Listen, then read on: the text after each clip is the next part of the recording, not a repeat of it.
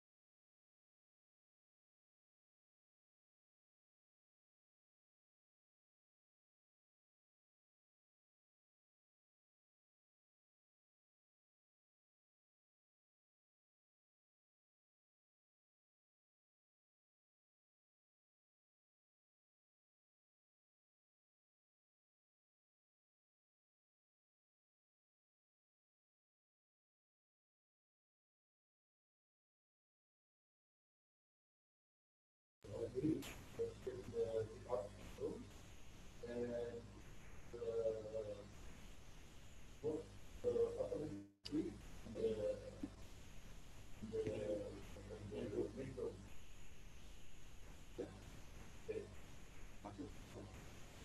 ada yang balik.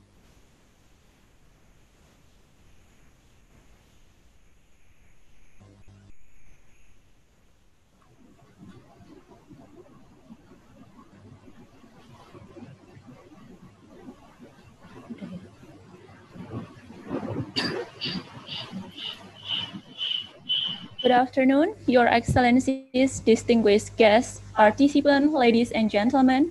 Assalamualaikum warahmatullahi wabarakatuh. Peace be upon you. Bonjour. My name is Diah Ayuningrum, and it is, of course, a great honor to be your master of ceremony in this memorable occasion. I would like to extend our warmest welcome to all jury members, especially. We are appreciating you to take your time to do the open doctoral defense virtually via Zoom meeting. I hope that this virtual open doctoral defense does not reduce the atmosphere like an offline doctoral. Ladies and gentlemen, this open doctoral defense microcontent monitoring for sustainable aquaculture in Indonesia. She is a PhD candidate.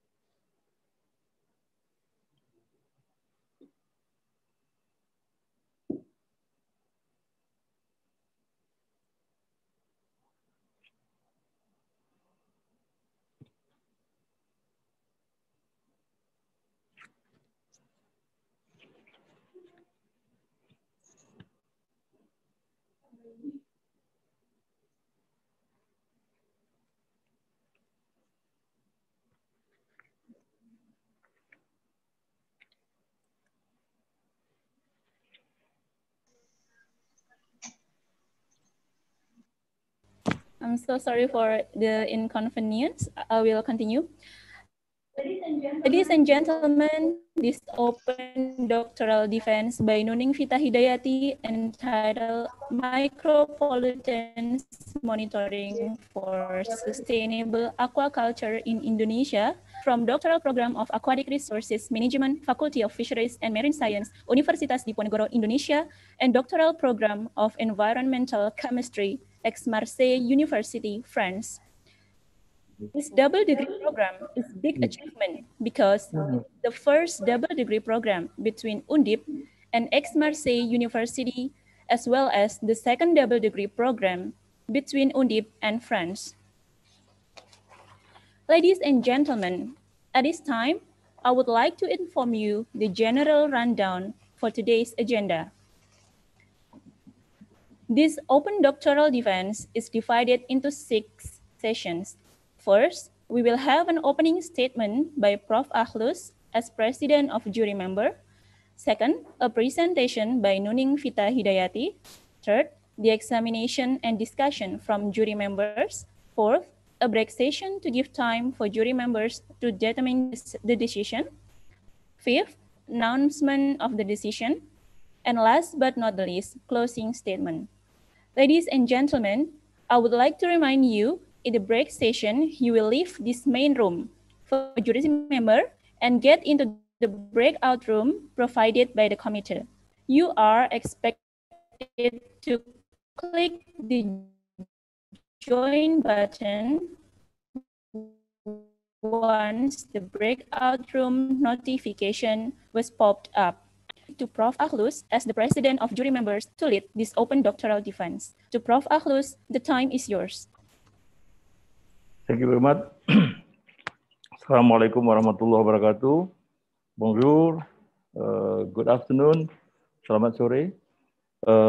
Now we will attention the doctoral defense of Miss Nuning Vita Hidayati in double degree program between Universitas Diponegoro Semarang and Aix-Marseille University.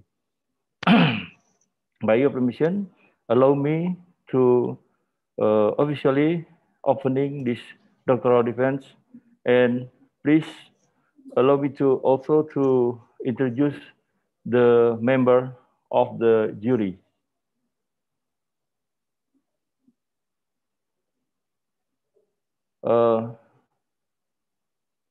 I am from Professor Akhlus from ITS Surabaya as president of this jury, and then there is Dr. Aurora Zaluk Pernu is from University de Nantes, and Dr. Pascal Prudence from the University Aix-Marseille, Professor Agung Dharma Shakti from Universitas Maritim Raja Ali Haji, Dr. Lawrence Asia from Aix-Marseille University, Dr. Ita Widowati from Universitas Diponegoro, Professor Agus Sabdono from Universitas Diponegoro, and Professor Pierre Dumeng from the Aix-Marseille University. For this time, I would like to give time to Madam Nuning Vita Hidayati to take her presentations for about 40 minutes. Time is yours.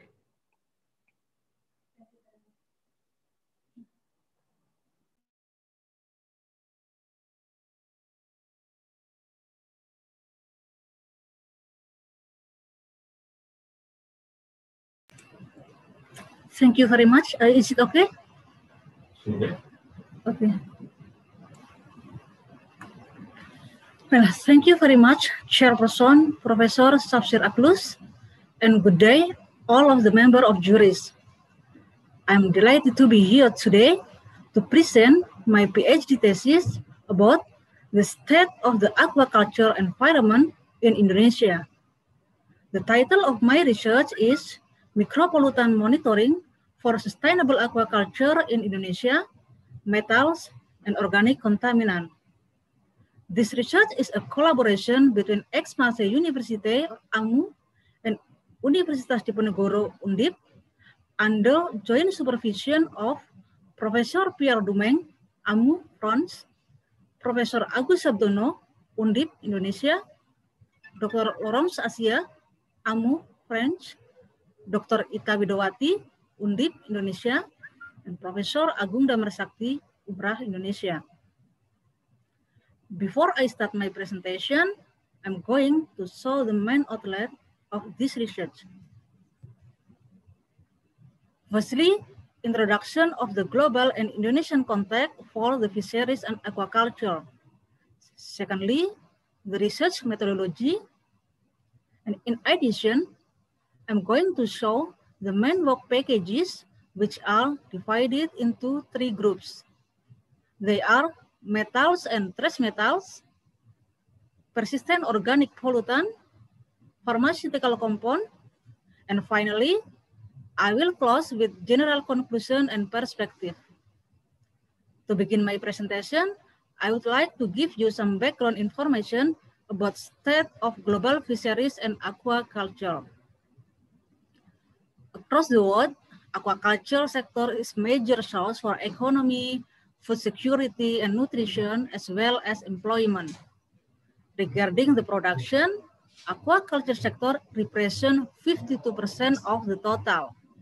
It means that aquaculture contribution is more important than capture fisheries. On the basis of economic projection, aquaculture will continue to gain an importance and will grow by 32% by 2030. So, a sustainable aquaculture is essential. Now, I'm going to show the Indonesian context, which is part of my research area.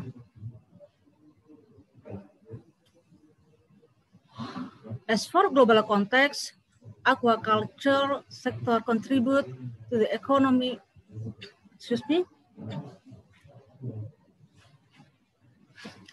As for global context, aquaculture sector contribute to the economy, employment, and food security. Currently, in Indonesia, aquaculture accounts for 42% of the total fisheries production. Furthermore, Indonesia also has a target for 2030, which are the increase of production by expanding aquaculture area so that the annual growth will be 8.5%. Again, sustainable aquaculture is essential. For instance, as you can see on the right screen, shrimp is one of the flagship commodities in Indonesia. Now, I'd like to look at the current state of shrimp industry in Indonesia.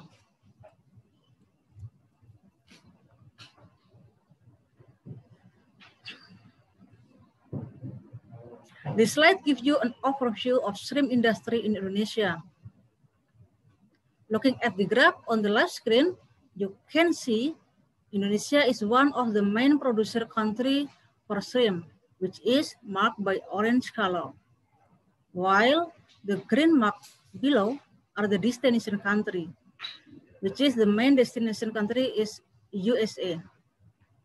Among 5 commodities in Indonesia, also shrimp has lower production volume than fish or algae. As indicated by red chart, it generates the highest revenue, which contribute more than 30% of the total export, as indicated by blue chart.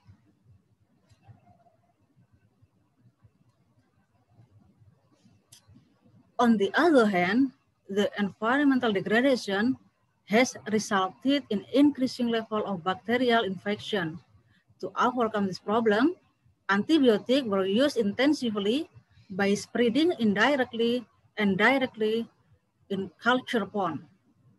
Recent studies detected the occurrence of antibiotics in different compartments in the aquaculture facilities, as can you see in the box on the right side.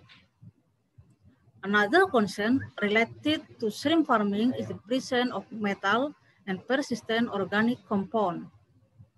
When those contaminants occur in environment, they can pose serious problems. Thus, by considering food safety requirements, ecological prevention, and to meet the required regulation, monitoring program is become urgent to ensure the sustainable development of aquaculture. Now, let's look at the concept of sustainability. This well-known graph describes the concept of the sustainability. Sustainability rests on 3 major interdependent pillars, which are environment, economic, and sustainable social sustainability. My research will focus only on the environmentally sustainability. In order to achieve sustainable aquaculture, monitoring programs are important to be taken into account in planning processes because it will help in avoiding or minimizing negative impacts. There are 3 interactions that affect the environmental sustainability as seen on the screen. They are impacts of the external environment on aquaculture, impacts of aquaculture on the external environment, and impacts of aquaculture on aquaculture itself. Based on background, thus, the aims of this work is to provide baseline data for developing strategy and strengthening scientific-based policy related to development of sustainable aquaculture. From this aim, there are 3 specific objectives, which are determine the occurrence of metal, persistent organic pollutant, and pharmaceutical, as well as their ecological and potential human risk. And now I would like to turn to material and method. Since we only have 45 minutes to discuss this huge topic, I'm going to keep things brief. Firstly, I will show you the area of this study. Our study area is located in the northern coastal of Central Java, covering 42 sampling sites in 4 regions. They are Brebes, Tegal, Pemalang, and Pekalongan. Those regions were selected as the target study area since they are the most producer of shrimp in Central Java. It consists of 22 non-aquaculture sites, as indicated by red circle, and 20 aquaculture sites, as indicated by blue circle, in 4 regions.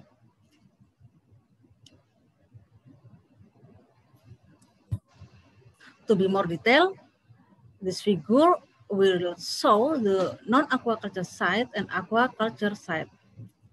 Non-aquaculture site consists of river, estuary, and coastal, while aquaculture site consists of 3 different points of the pond, namely inlet, pond, and outlet.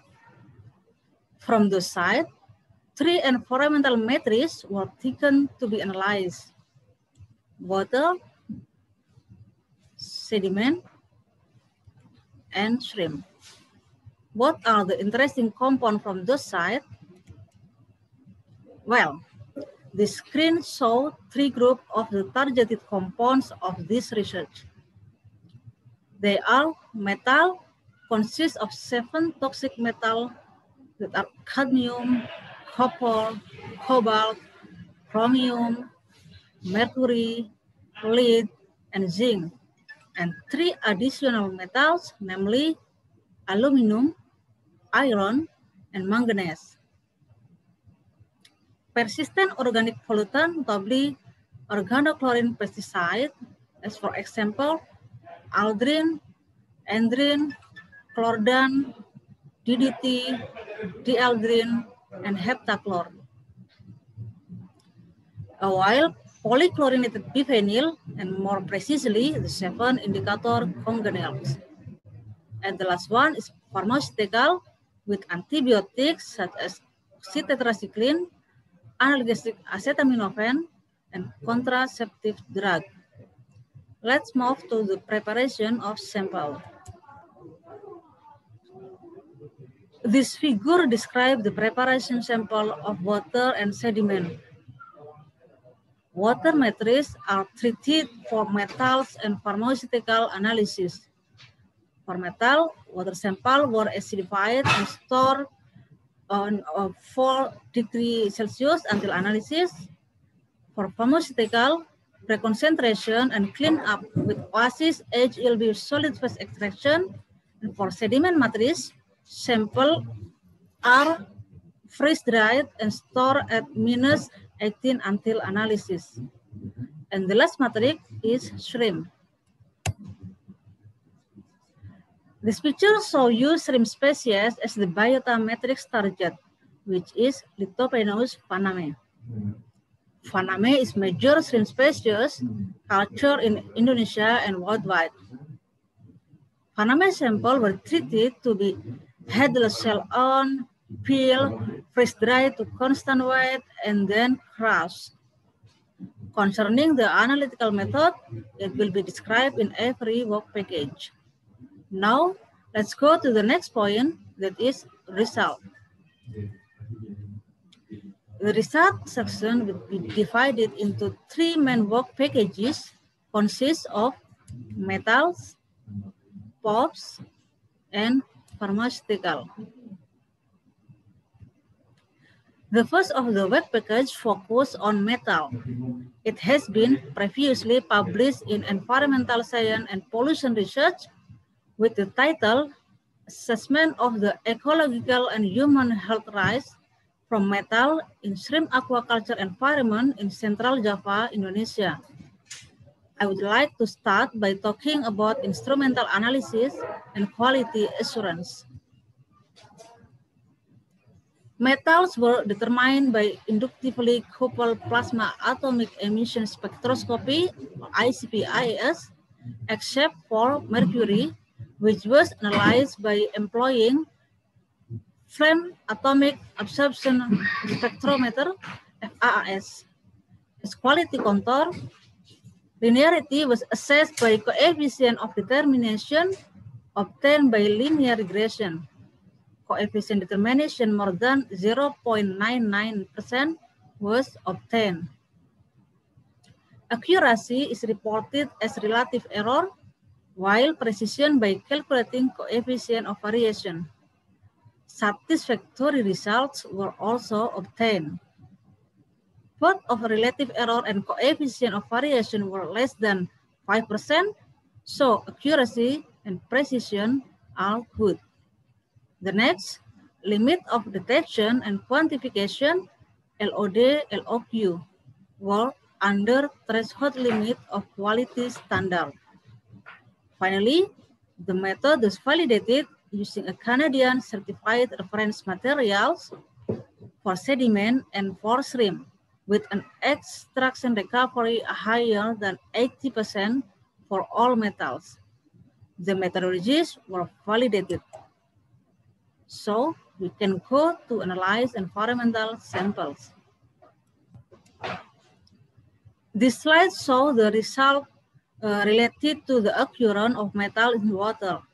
Our study revealed that generally manganese and zinc were present in high concentration, particularly in Pekalongan and Pemalang. After that, we evaluated the trend of metal concentration. There are inlet or E, pond or P, and outlet or O.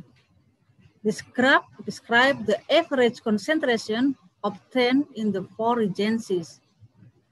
Regarding the trend of metal concentration, this figure shows generally cadmium, copper, and zinc concentration increase from inlet to pond, and then decrease from pond to inlet, outlet. This is a proof of the metal application in aquaculture system. On the basis of the obtained result, we calculated the comprehensive NEMRO index, which reflects the degree of contamination for the sum of metals.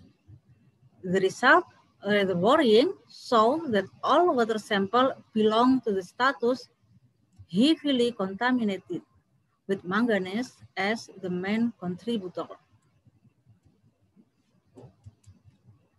Relating to the occurrence of metal in sediment, in the present study, the Canadian Sediment Quality Guideline was applied to assess possible risks that will arise from the metal contamination in sediment.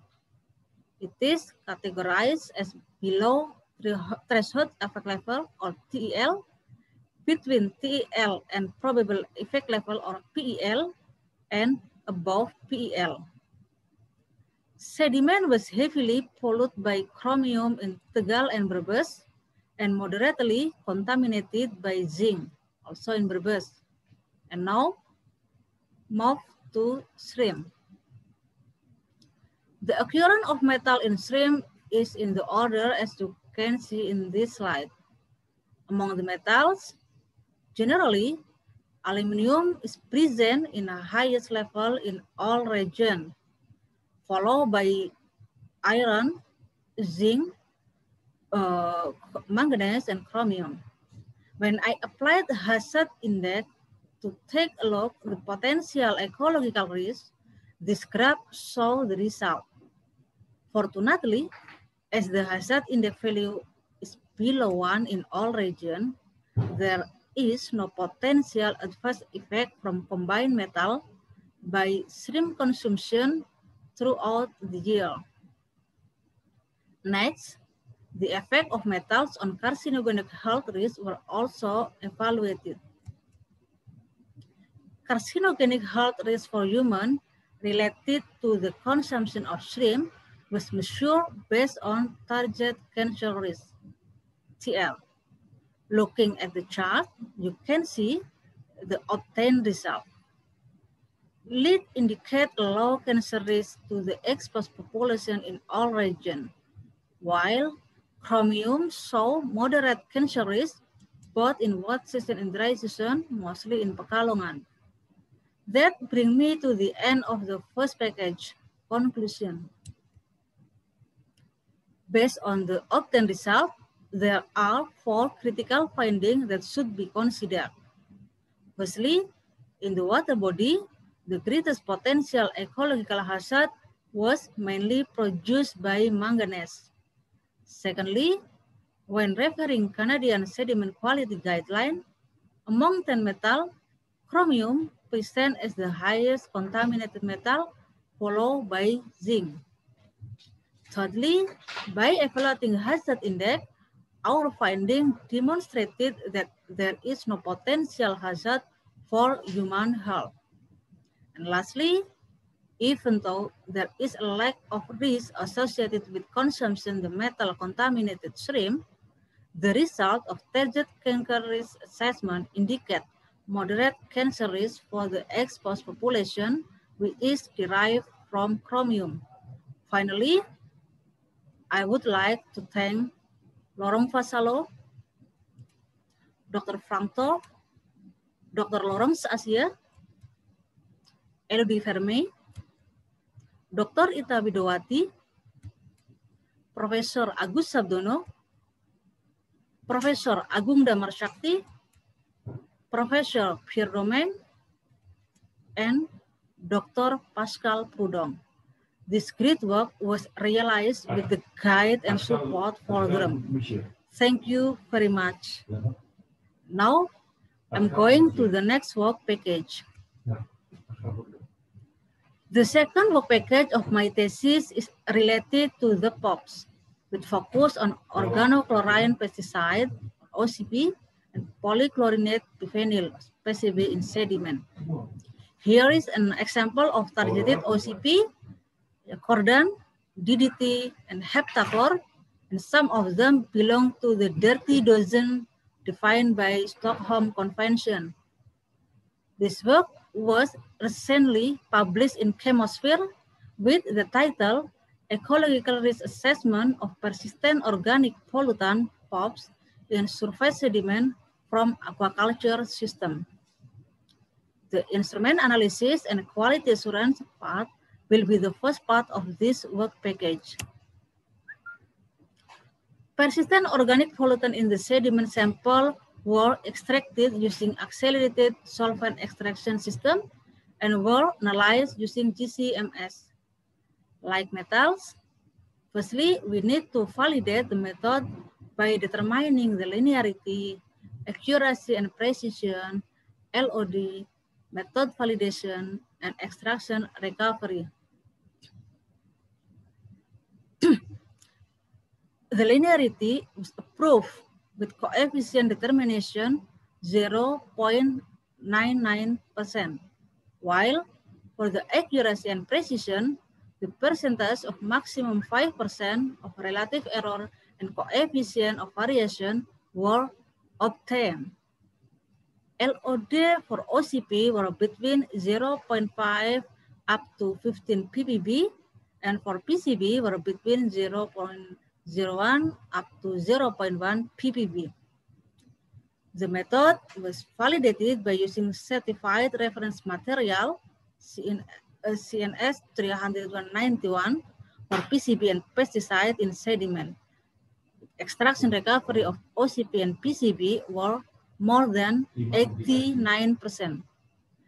Based on those results, the method was validated and the environment sample can be analyzed. Now, let's look on the graph. This red bar graph on the left illustrates the frequency of detection, and the blue one, the concentration rank of POPs. Frequency of detection for individual pesticide show that among the 22 analyzed substances, Transchlorodan and cischlorodan were the most frequently detected, with more than 60%, while beta-HCS was identified as the most dominant OCP with a mean concentration of about 80 microgram per kilogram. Related to the PCB, this study focused on the set of 7 indicator PCB congener as recommended by International Council for the Exploration of the Sea, or ICES, and OSPAR. Total PCB rank from 0.6 to 3.6 microgram per kilogram with an average of 1.7 microgram per kilogram, with proportion of CP as you can see in this graph. The most important finding is that a toxic PCB congener, that is CB118, was detected in all 4 studied regions. Additionally, the highest proportion was found in Tegal. In order to assess the origin of technical PCB used in this region, I analyzed the composition of the PCB by principal component analysis. The results show that Pemalang and Brebes are grouped around Arochlor 2048, where tetrachlorocongener was the most abundant component. Tegal and Pekalongan show similarity with Arochlor 2054 with a significant contribution of pentachlorocongener. It is representative of industrial electrical equipment like capacitor and transformer. This last finding is consistent with the strong industrialization of these 2 regencies.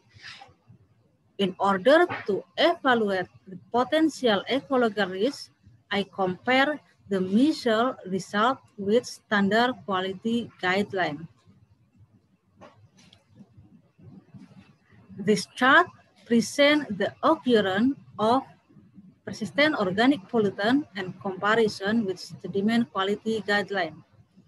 As you can see, despite the ban of aldrin, dieldrin, heptachlor, cischlorodan, endosulfan, DDT, and gamma HCH or lindan in Indonesia, we still found those compounds in all regions. Chlordan, DDE, and lindan were the most alarming OCP in Brebes, as indicated by their level in sediment, which are above PEL value. Besides, lindan was present in all samples in all regencies. The concentration of POP in sediment, in comparison with sediment quality guideline, show that lindan is become the highest potential ecological risk in this area, as indicated by its concentration, which is above PEL in all regions.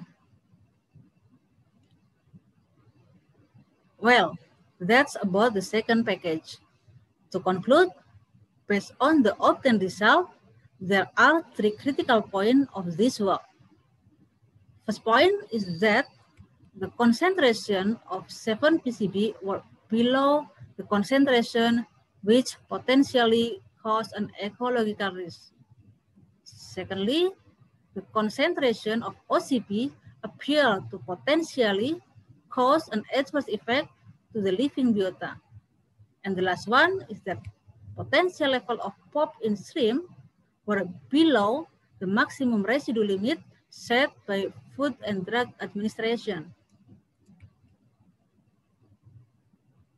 For this fabulous work, please accept my deepest thanks. Profesor Agung Damar Sakti, Dr. Ita Widowati, Imen Habuchi, Dr. Frank Tor, Profesor Agus Sabdono, Profesor Pierre Domingue, and Dr. Laurence Asia. I would like now to present the third package on pharmaceutical. As the target compound, there are 6 targeted compounds. They are analgesic acetaminophen, ACM, sulfamethoxazole, SMX, oxytetracycline, or OTC, trimethoprim, or TMP, erythromycin, or A grade, and ethinyl estradiol, AA2. Now, let's turn to the first part of my talk, which is about the step of this study. The work step is as follows. Start with stability study on SPE cartridge, and then optimization of LC kit of MS in mobile phase, followed by optimization of solid phase extraction. Just like metal and POPs, to validate the method, we are always considering linearity, detection limit, accuracy, etc. And when the method is validated, then we can apply this method to the environmental sample. Now, I would like to describe the instrument analysis and quality assurance. Water sample were extracted using solid phase extraction approach, while chromatographic separation was performed by using an Agilent HPLC system, equipped with an Agilent Userback Eclipse Plus C18. Mass spectrometric detection was performed using an Agilent Accurate Mass Quadruple Time of Flight Mass Spectrometer, LC kit of MS. The method was validated according to the ICS guideline US EPA 6094 for the determination of pharmaceutical and personal care product in environmental sample and Association of Official Analytical Chemists, AOAC, for trace analysis in terms of linearity, accuracy and precision, method detection limit MDL and method quantification limit MQL, and extraction recovery. A satisfactory linearity was achieved with a correlation coefficient more than 0.99%, accuracy and precision less than 5%, and MDL 0.3 to 0.9 nanogram per liter, MQL 0.9 to 1.4 nanogram per liter, and then extraction recovery of target compound was assessed, and the developed method show the extraction recovery of target compound is very satisfactory, with the extraction recovery were more than 80%.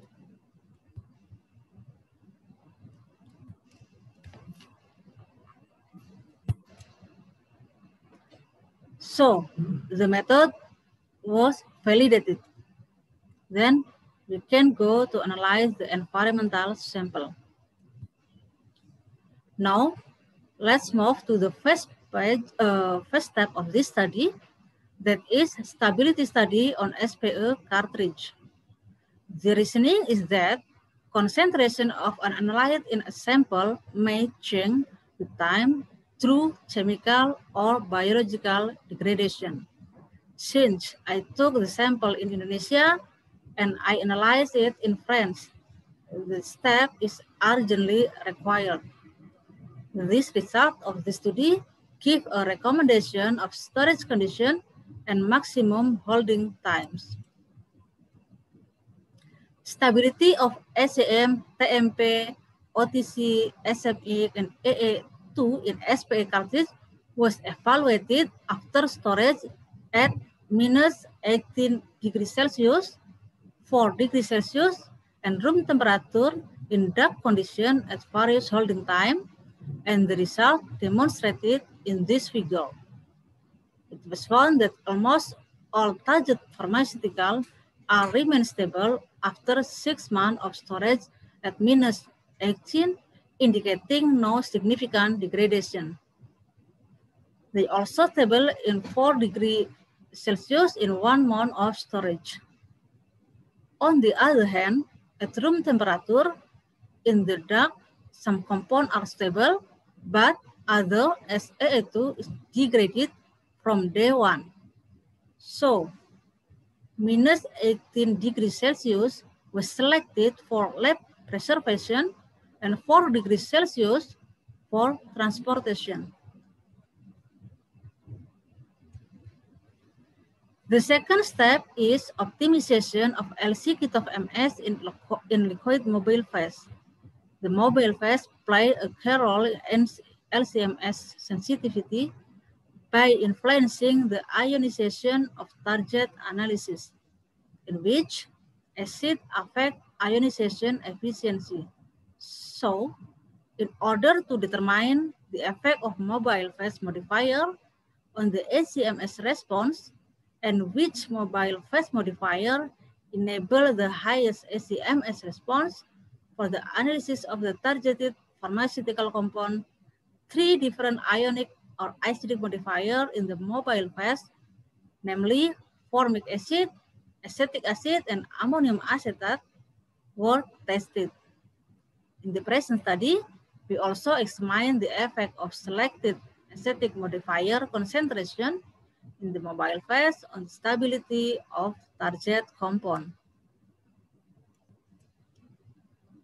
This figure illustrates the peak sensitivity of target compound with various ionic mobile phase modifier for acetaminophen. Orange color is butyric acid, green is formic acid, blue is acetic acid, and purple is ammonium acetate. Without acid, almost we have no response, while formic acid and ammonium acetate have a problem of sensitivity. Thus, acetic acid was finally selected as the best modifier. Move to the second study. This graph shows the obtained result. There are 2 main trends: relatively stable compound and compound for which stability is strongly influenced by percentage of acetic acid. This figure shows the illustration of how acid affect acetaminophen. Acetaminophen is relatively stable, particularly at 0.5 and 1% of acetic acid concentration. SMX and TMP show the similar trend. Let's see what happened with OTC. The effect of acetic acid percentage was statistically significant for OTC in the absence of acid. OTC is relatively stable under acidic condition, but when there is a decrease of acid concentration, it resulted in decrease of OTC stability. In contrast, for erythromycin, the higher the acid concentration, the lower erythromycin stability. In the same time, dehydroerythromycin, which is the primary degradation product of erythromycin, is formed, resulting in a rapid decrease in erythromycin concentration. Finally, 0.5% ionic modifier was selected for subsequent analysis. In many studies, SPE is a technique of choice for extracting pharmaceutical from water sample.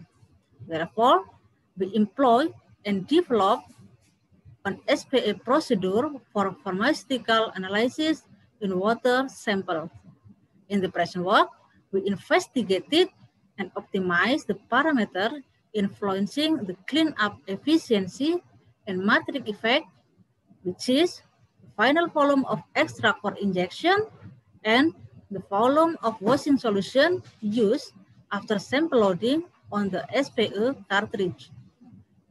In order to shorten my presentation, from this step, we found that 10 ml of washing solution and 300 microliter for final volume were the best compromise.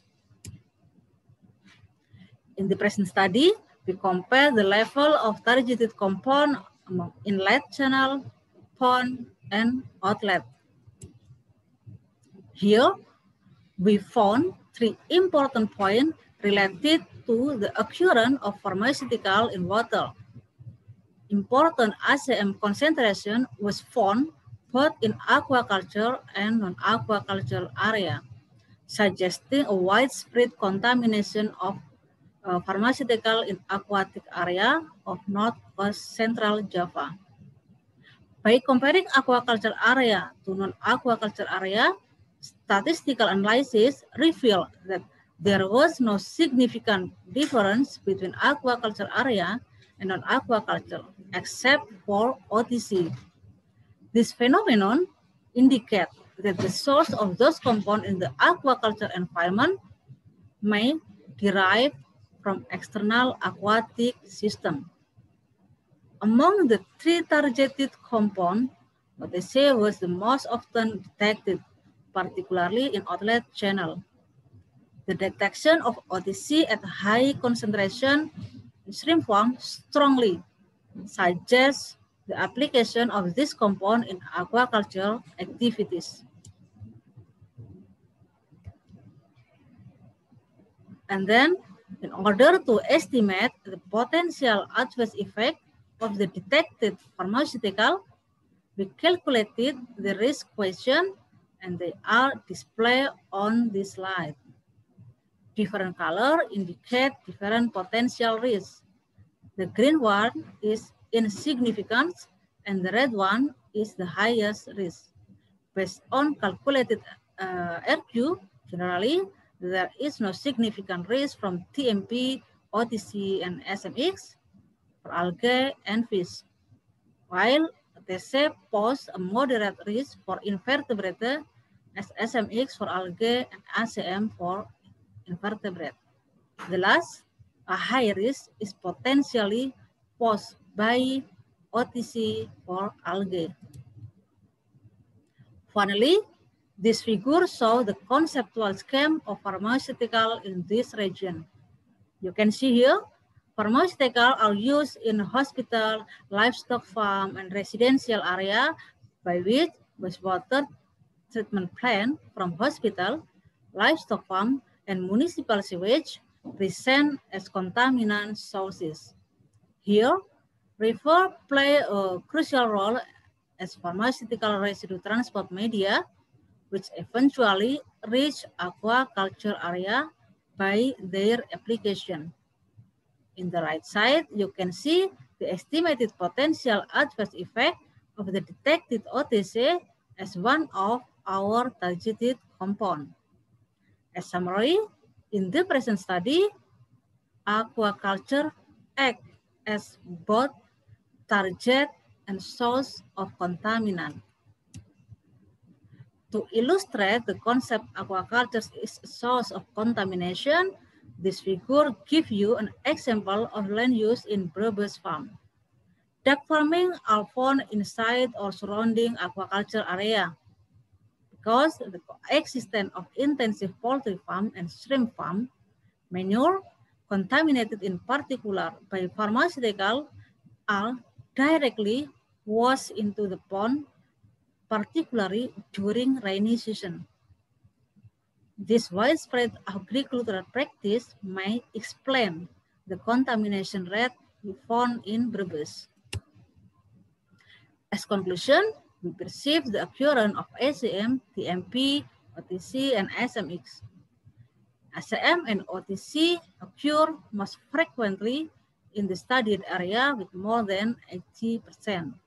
Overall, there is no significant difference between pharmaceutical compound in farm area and reference site. And then their occurrence were derived from various potential sources, such as municipal sewage, manure, poultry, and livestock system. However, the comparison within farm area, inlet, pond, and outlet show a significant difference between outlet compared to inlet and outlet for OTC, indicate OTC application during aquaculture operation. In this case, aquaculture place as both the impacted aquatic system and also source of contaminant. The potential ecological risk evaluation exhibit a low risk for algae, invertebrate, and fish from ACM, TMP, and SMX, while OTC pose a high risk for algae. For this immense work, I cannot express my appreciation. All I can say is thanks everybody. Thank you very much. And now it's time for the general conclusion and perspective.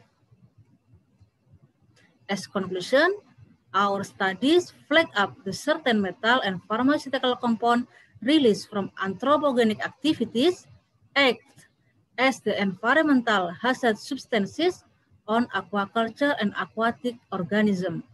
This is in line with OCP and PCB, even though generally their presence in aquaculture system derived from historical usage. Concerning the antibiotic threat in the aquaculture, developing strategies to address the environmental issue must be prioritized. Finally, it can be concluded that Indonesia is still facing important environmental sustainability risks. Based on our result, here are the perspectives of the study. By personal communication, during field sampling, we found that there was a lack of knowledge of farmers about antibiotic hazard. Hence, strengthening public and farmer awareness can be recognized as an important key in preventing antibiotic use. The next, developing community awareness campaign tools may play a critical role in enhancing public awareness toward antibiotic use release issue. After that, given the fact that spread disease driving usage of antibiotic is still a massive problem, then strategies and technologies for managing aquaculture practice should be more developed. Eventually, political measure, which is regulatory, to control the volume of antibiotic use should be considered. And since currently Indonesia only has quality standard for biota, thus, based on the obtained result, I propose to the government agency to establish water and sediment quality standard for antibiotic or pharmaceutical.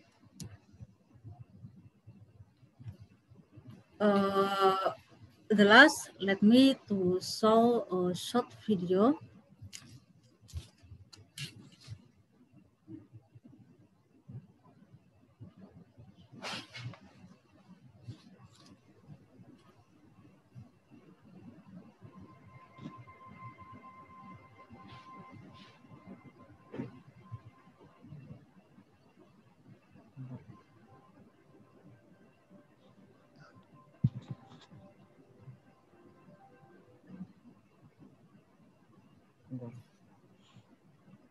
Tidak ada gambar. Ini apa?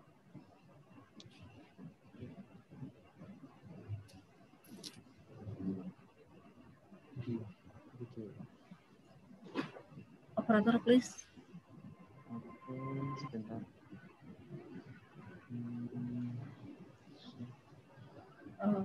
Excuse me, wait a moment, please.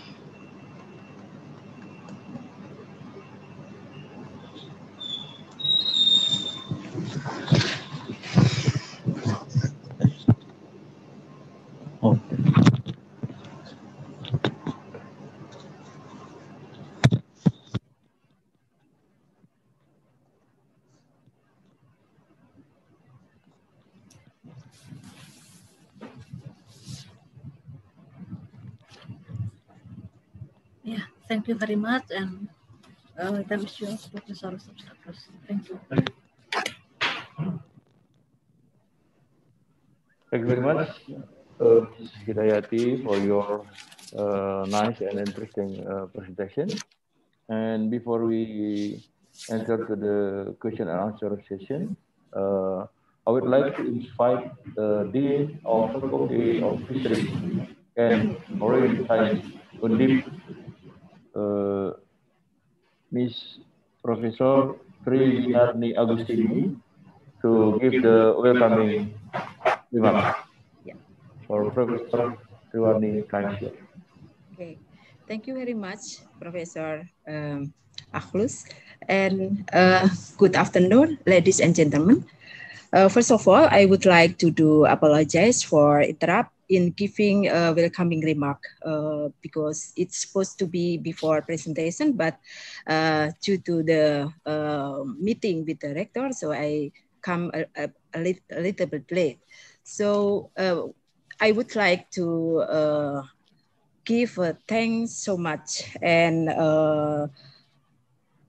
to the honorable supervisor and co-supervisor and examiner and also reviewer from the Aix-Marseille University, France, and also from Diponegoro University for joining the Open Doctoral Defense from for Nuning Vita Hidayati under the double degree program between doctoral program of Aquatic Research Management, Universitas Diponegoro, Indonesia, and also doctoral program of Environmental Chemistry, Aix-Marseille University, France.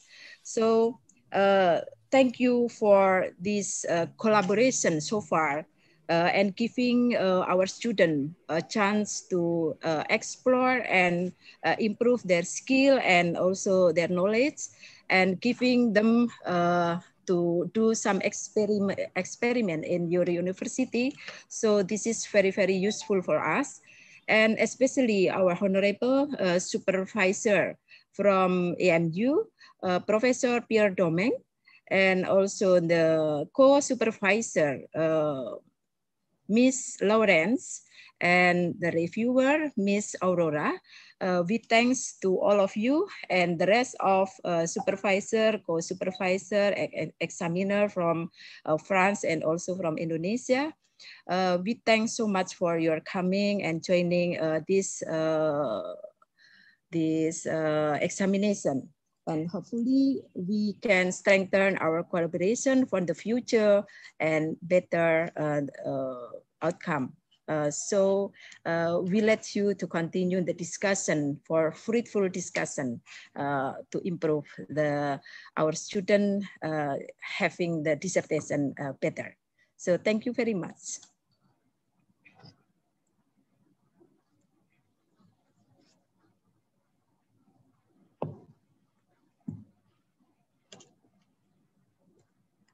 Yes. Okay. Thank you very much, Ms.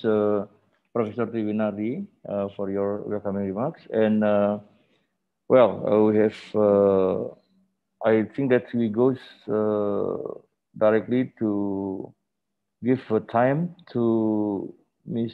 Dr. Aurora Zaluk Verno from University de Nantes to give her remarks and question to Ms. Hidayati. You have 10 minutes.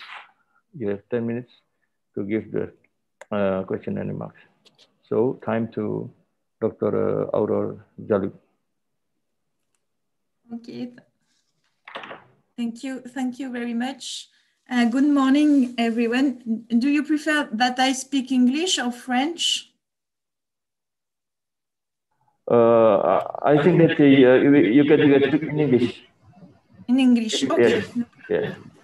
So, thank you for the supervisor to invite me for this jury, for this defense, and to ask me to be a reviewer of the manuscript. And I would like to start with congratulations. Congratulations, Nuning, for your presentation. which was really well illustrated and highlighting all your work with a lot of results about a lot of contaminants, environmental contaminants, a big laboratory work, I guess. Your manuscript is also very informative and well written, with a lot of results, as I said, for your presentation, and results which are already published and also in progress, which is very important in the scientific community. So congratulations again. I can start with some questions. I will do a focus, I think, on pharmaceuticals because results were already published for the other contaminants. So perhaps for pharmaceutical, I wonder about the study of stability. Are the concentration used for the study relevant related to environmental concentrations?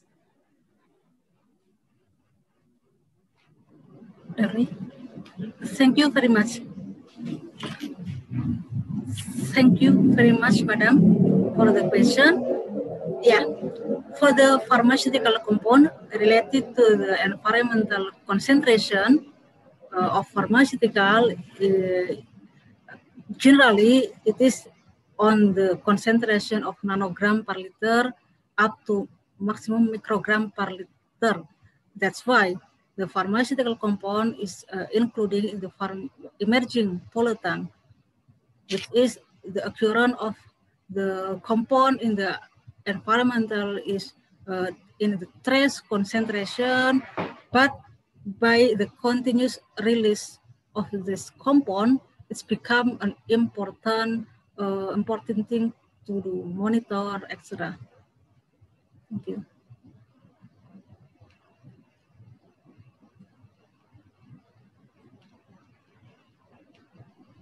For the stability study, what were the concentrations used?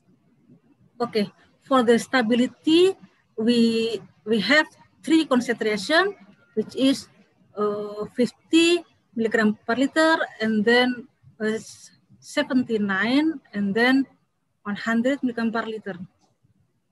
Okay, so these concentrations are really higher than concentration that you can find in the environment.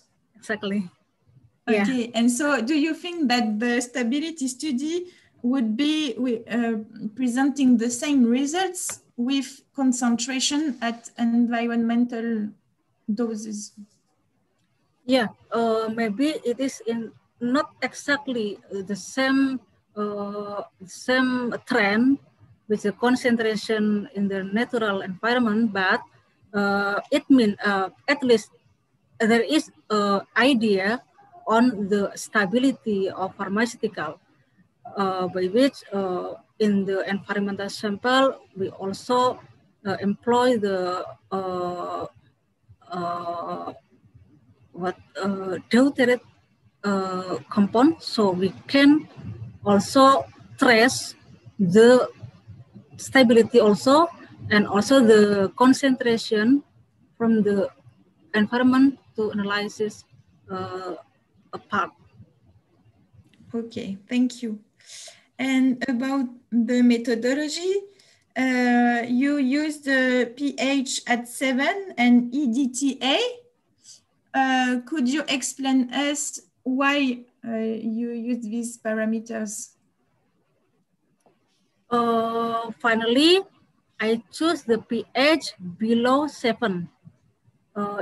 It is about 3 up to 4 for pH, because most of our target compound is some like sulfamethoxazole is better extraction recovery is under 4 pH value. Okay, and are these compound present acidity? Yep. With pKa, and perhaps you choose the pH in function of the pKa of the molecules? Yeah, exactly. It is the representative of pKa value for all of our target compound. That's why we choose the pH below an acidic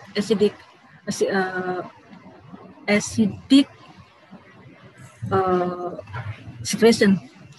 Okay. And EDTA? In fact, EDTA helping in avoiding a chelation of metal, particularly for oxytetracycline. Okay. So now about validation of the method, you calculated IDL, IQL, and MQL. Could you explain the difference between all these parameters?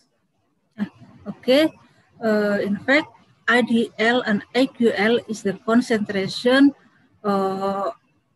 IDL and IQL represent the lowest concentration for which we can detect it, for ideal detected, but we cannot calculate it in the device. While for IQL is the concentration, we can calculate it in the device. And the last one, the MQL, is the method quantification limit, which is the value for which we can calculate with here we taken into account all of the parameter, all of the concentration factor extra for this one. For example, for pharmaceutical compound, actually we take 800 milliliter of water sample, and then finally we did a pre-concentration to 300 microliter in the final volume for injection. So we taken into account of pre-concentration factor. Okay. And I wonder why MQL is lower than IQL. Yeah, that's why. Exactly, Okay. because of the concentration factor, in fact. Okay. About all the contaminants, what do you think about the most worrying compounds or elements of the study? What do you think about them? Yeah, the most worrying element of this study, in fact, is manganese.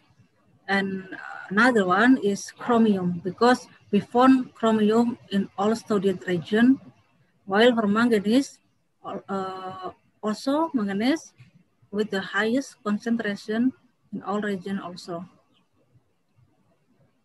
Okay, and about organic compounds? About organic compound, lindan become the most worrying compound for us, and then also eldrin and andrin. Okay. Okay. So I think it was the last question. Thank you very much, madam. Thank you very much. Yes, thank you very much. I give you a little minutes to give a message in French, please, to Nuning. Sorry? I give you a little minute to give the message to Nuning in French. Oh, in French. Yeah, Okay. Eh bien, toutes mes félicitations, Nuning, pour tout ton travail qui était très intéressant. J'étais très contente de participer à ce jury de thèse et de lire ce manuscrit qui m'a apporté plein d'informations et qui était très riche en résultats. Et tu as, je pense, très bien eu la faculté de traiter toutes ces données et ça n'a pas dû être un travail facile.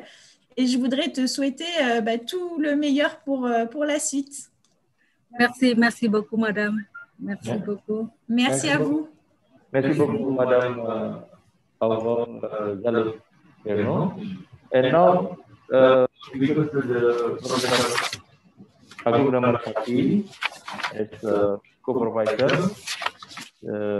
Ms. Haidati. You have 4 minutes to give remarks and questions. Thank you very much, Chair. I am very to ask my question to Mr. Hayati. So, you know, there is particularly standard that has been established. For instance, the Minister Decree number 51/2004 regarding the marine water quality standard. So, I would like to know more detail how the standard has been made. For instance, in this regulation, cadmium should be maximum 1 ppb. So how come this value? So please shed us some light for this kind of the problem. Thank you. Thank you very much.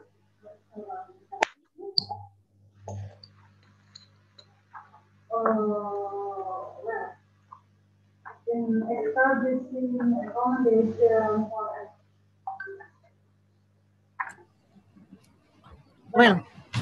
thank you, Professor Agung Damarsakti.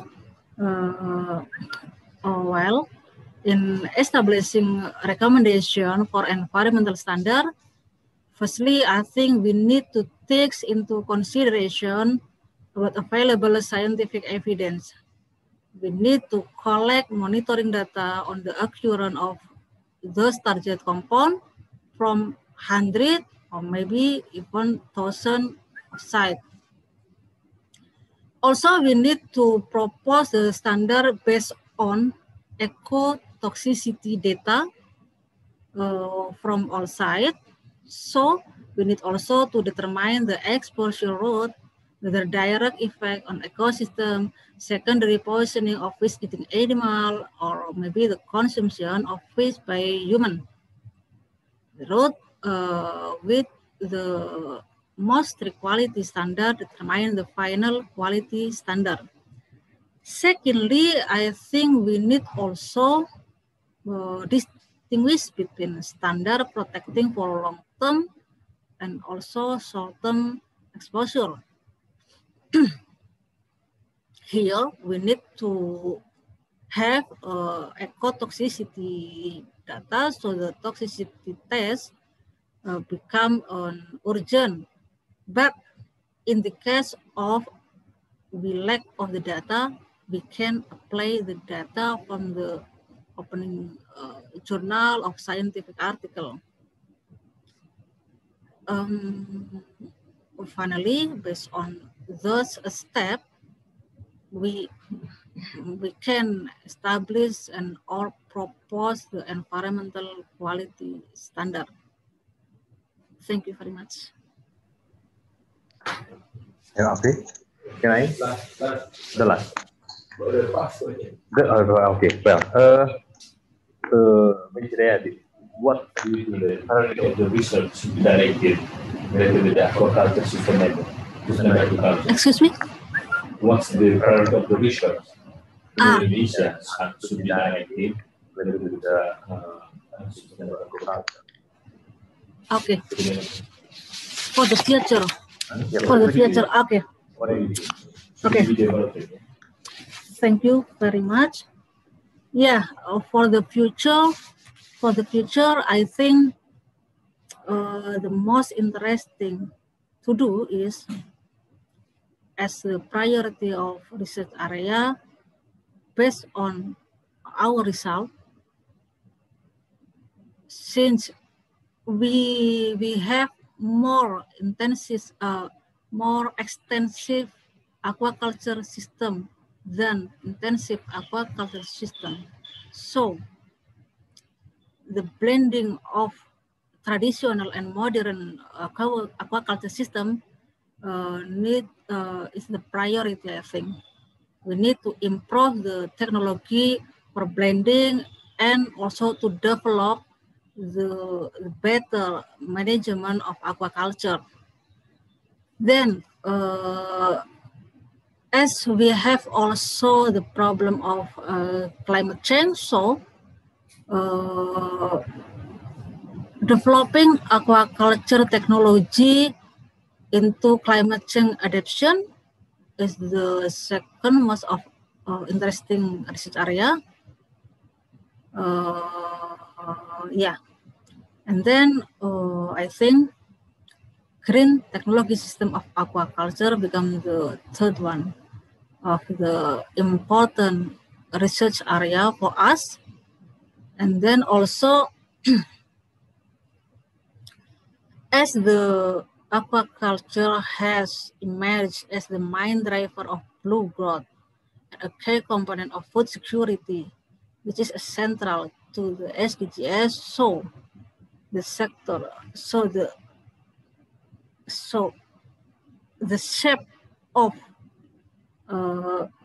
the growth trajectory of aquaculture should be giving the attention the ecological, social, and economic pillar of sustainable development goal.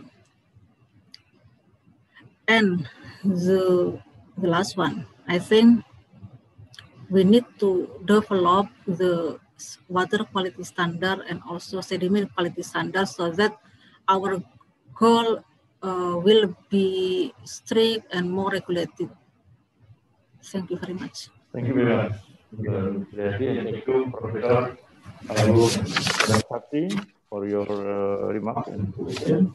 And now we fly again to French, and I invite Dr. Pascal Brun, please give remarks and questions to Mr. Hayati. You have 5 minutes to have a question. Time is yours. Okay, thank you very much for this invitation to participate at it for this defense and to this thesis. Sorry for I have in my environments of grill and green there. So sorry if you hear the sound of the drill and green down around me, but sorry. So congratulations to Nuning. A lot of work, very beautiful work. It's very impressive because there is a lot of contaminants and a lot of environmental media you have dealt with. So very impressive and congratulations. The manuscript is very well written, easy to read. The bibliography review is quite complete, everything.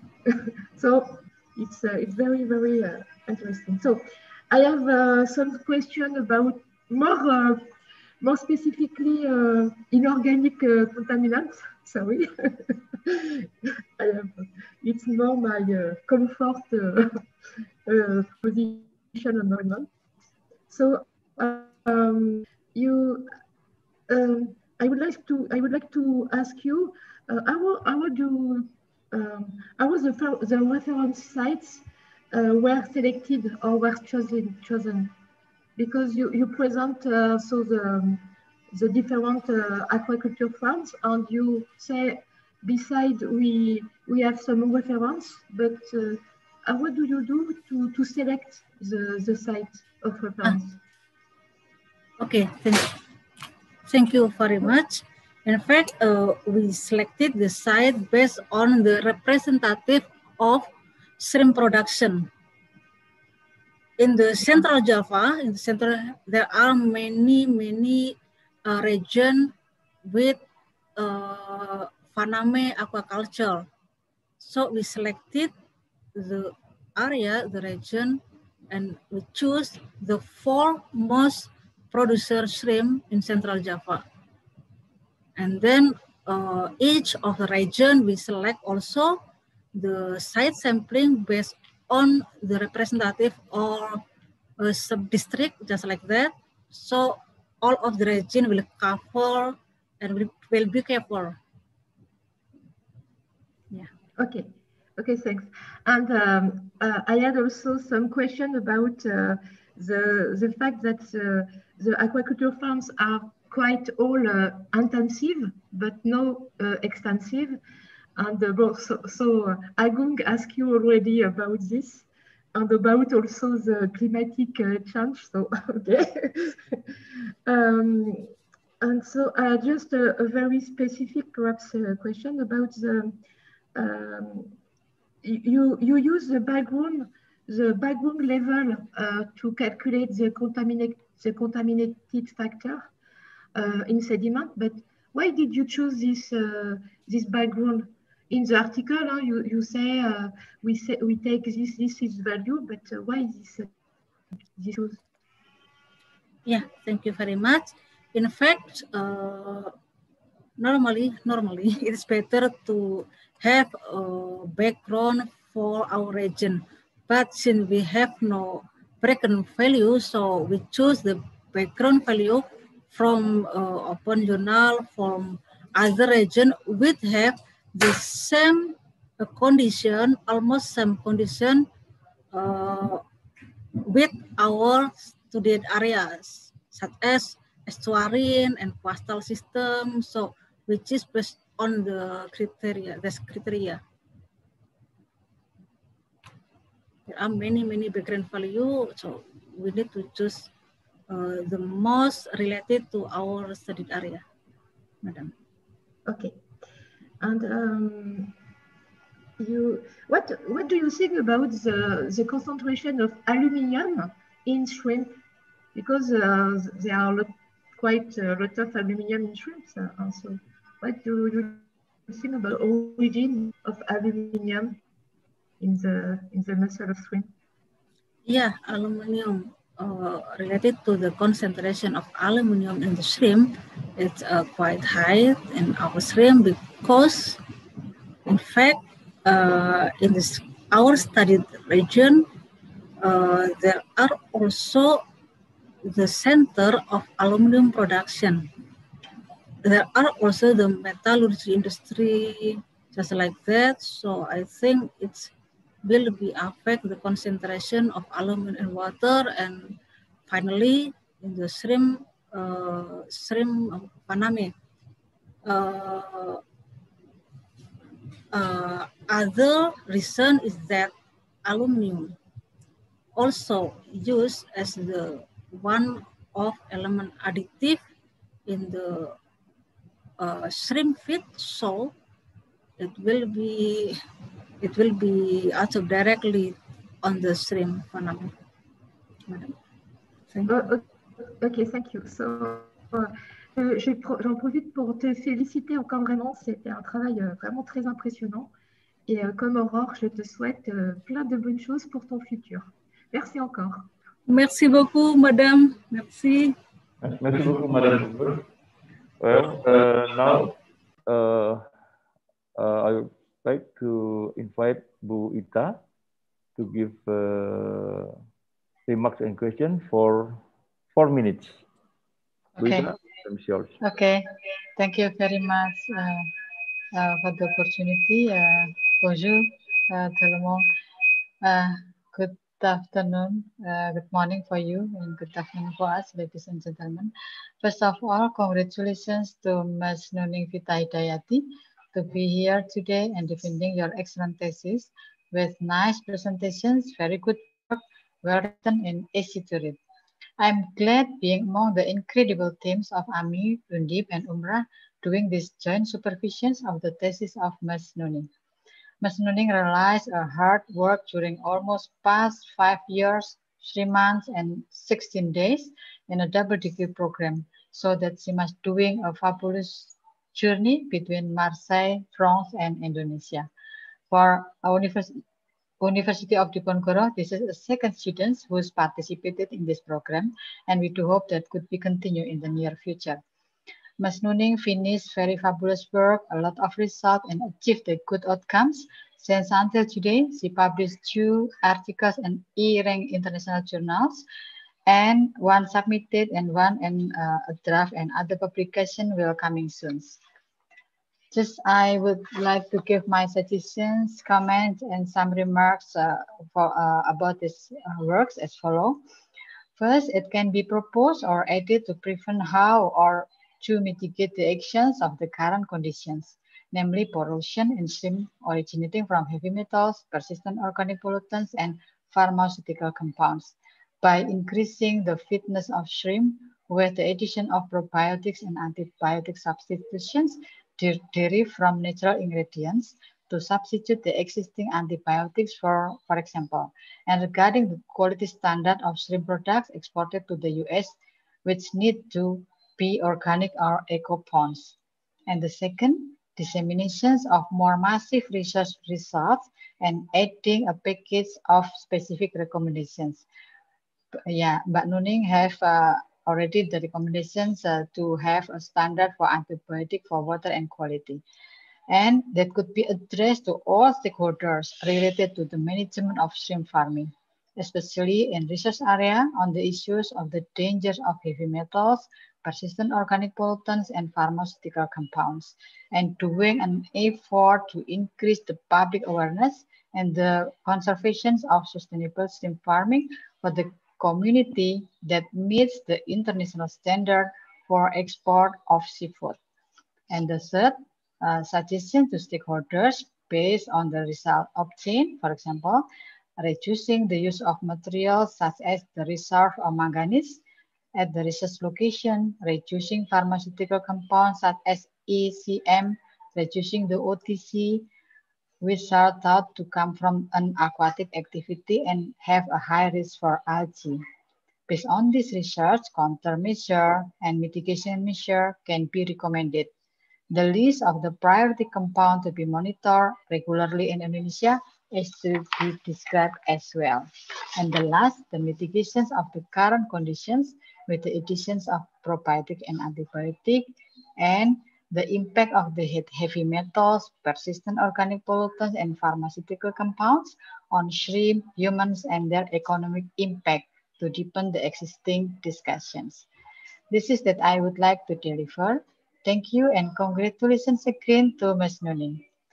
Je félicite encore pour ton très beau travail et très beau résultat.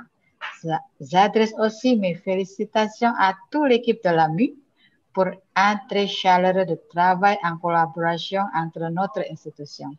I do hope that after this result, Ms. Nuning could continue doing the monitoring of the shrimps in Indonesian ponds and find the mitigation tools to prevent the contamination, and having a very bright career as a lecturer in the University of Jenderal Sudirman, Purwokerto. My congratulations go to all your family members and your institution as well. Thank you very much. Merci beaucoup. Merci beaucoup. Terima kasih banyak, Bu Ita. Thank you very much for your remarks.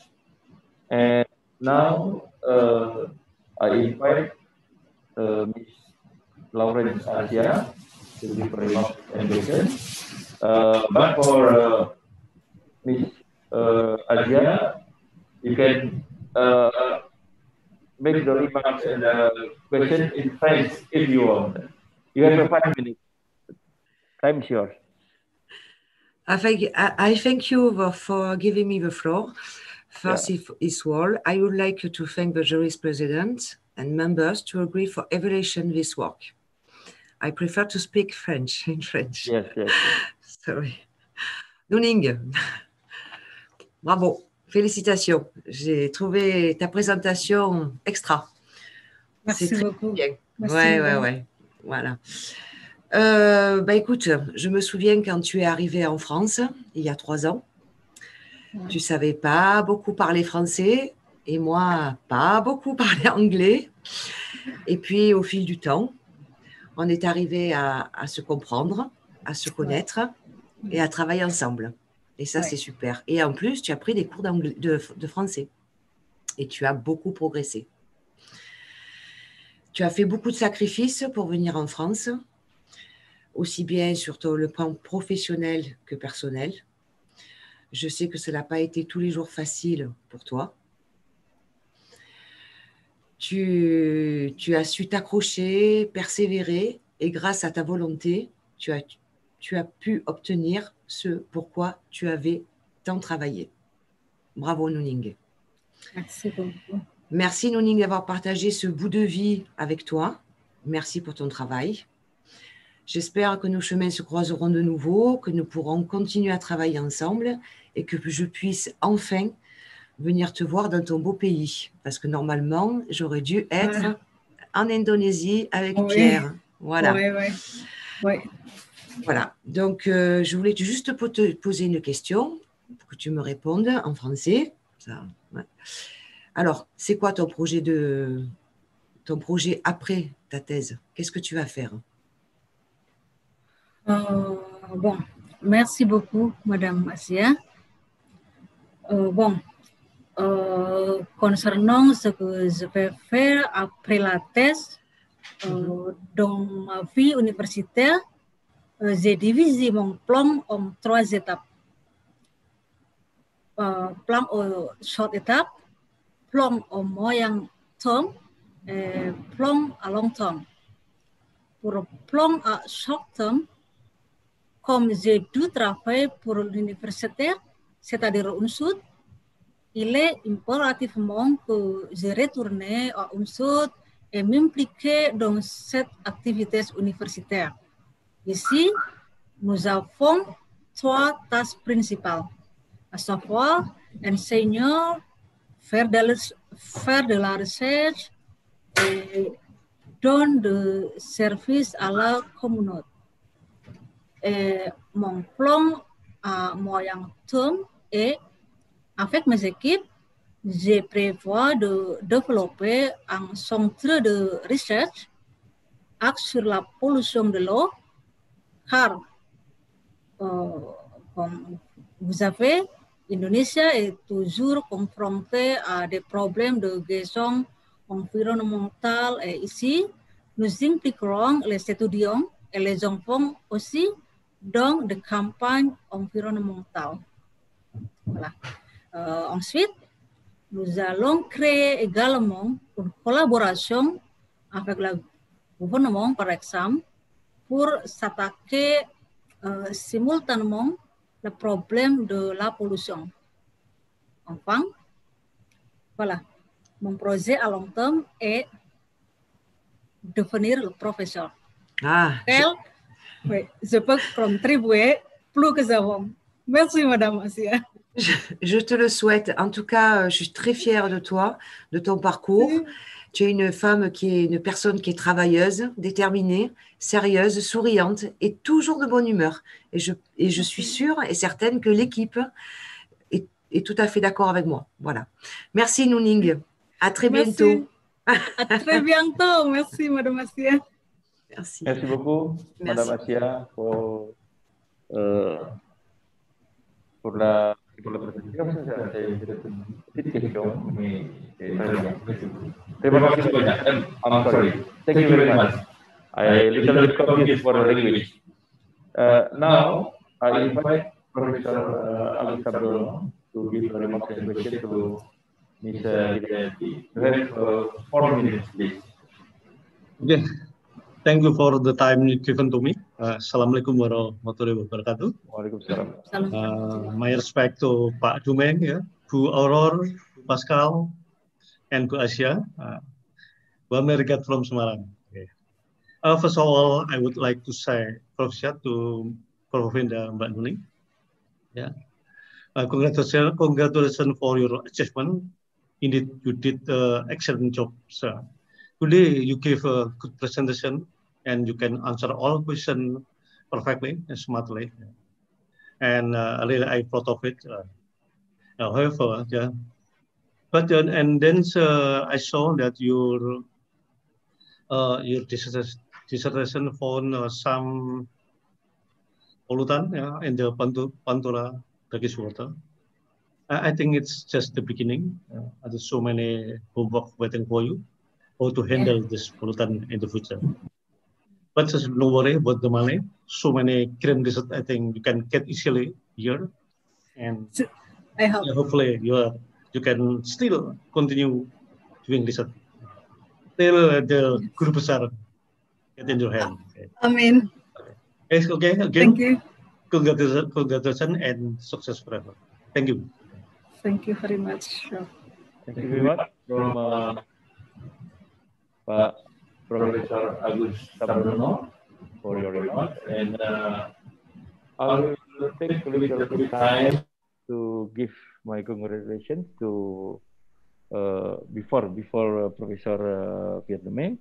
I would like to take a little bit time to give congratulations to Madam Devi, your presentation, nice and interesting, with 5 publications in the journal and 5 destination in seminar. Very good achievement for the work, and I hope that you can make a better publication for the next future.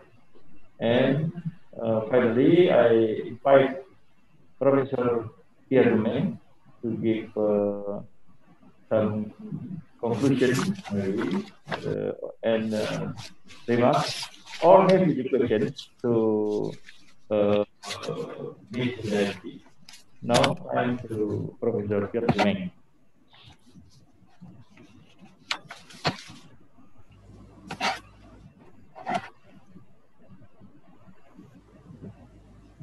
Thank you, dear President.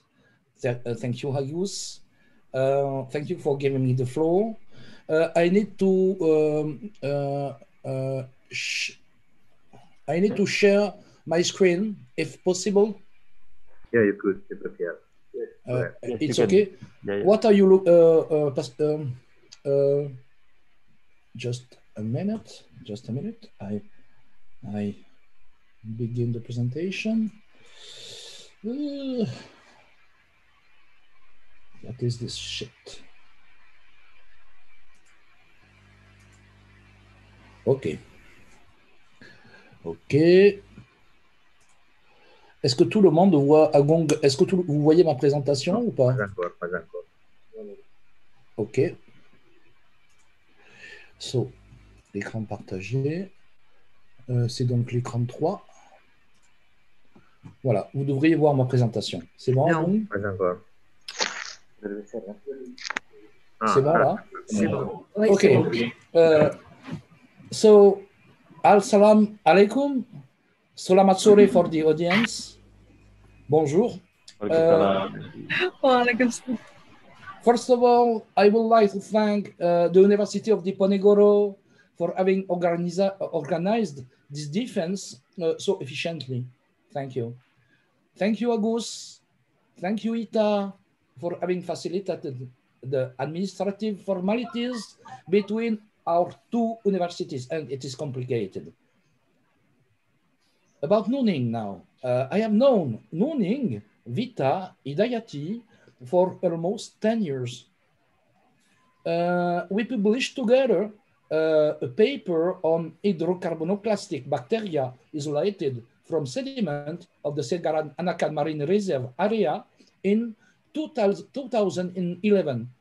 I really met her and discussed with her during a mission in Indonesia in 2012 in Segaran-Anakan with my colleague Ann Piram on the left on the screen.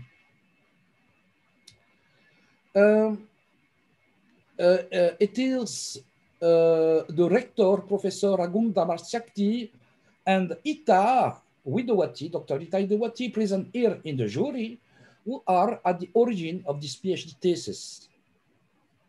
Agung recommended me Nuning in, I remember, in extremely favorable terms, but he was right. And Nuning has become very soon a great collaborator for me. Nuning worked on day-to-day basis with Dr. Laurence Azia, Lulu, and Nuning came to report results to me very regularly. All of this work represents a huge amount of experimental work. And this will be valuable for the future of Indonesian aquaculture. I am pleased to have agreed to be a co-supervisor with my excellent Indonesian colleagues, but she was really a very special student. I don't want to be long, and I don't want to ask Nuning many questions. I think she has already been very seriously evaluated, both with this event and both before. I think that everyone is convinced by the importance of aquaculture in Indonesia and the importance of sustainable aquaculture. Nuning, I congratulate you for the calm and efficiency of your defense. Thank you very much. Now, I am not conventional, you know. Now, I just want to give to the jury and to the audience some thought about Nuning in the order in which it came to me, and in the form of a crossword puzzle. Let's begin.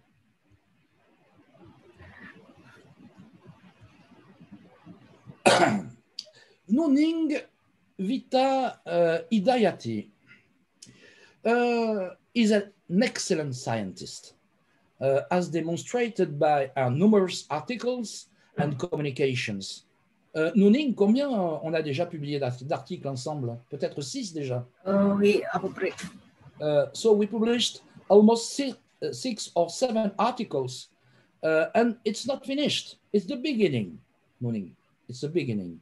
Yeah, sure. Nuning Vita Hidayati. Nuning Vita Hidayati. She has high moral values, and all her actions are always honorable. She's a lady for us. She's in love. She's in love with her children. She's in love with, I put this shit. She's in love with her homeland, Indonesia, with her country, and with her work. Nuning Vita Hidayati is intelligent and organized, serious, rational, and pragmatic. Additional information, by example, on a forgotten experiment can be requested 6 months later. No problem. Everything is in order. I appreciate it a lot. A lot.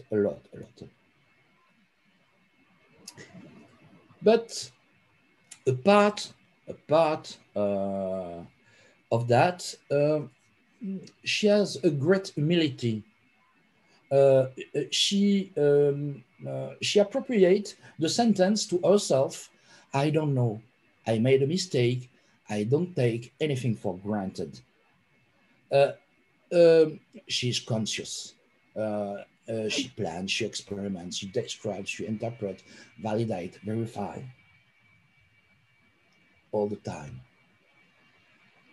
After that, Nuning Vita Hidayati is highly sociable. She's a pleasant person.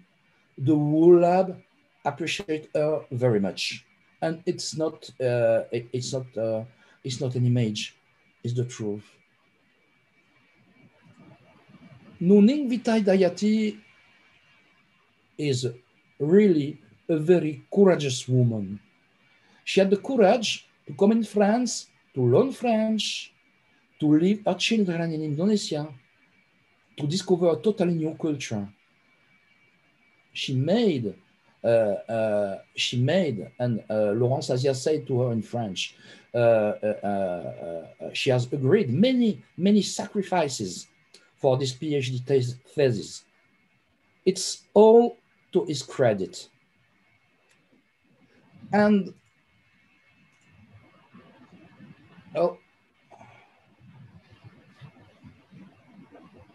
I have to say also one thing. Beyond this talent, this integration, she never gave up.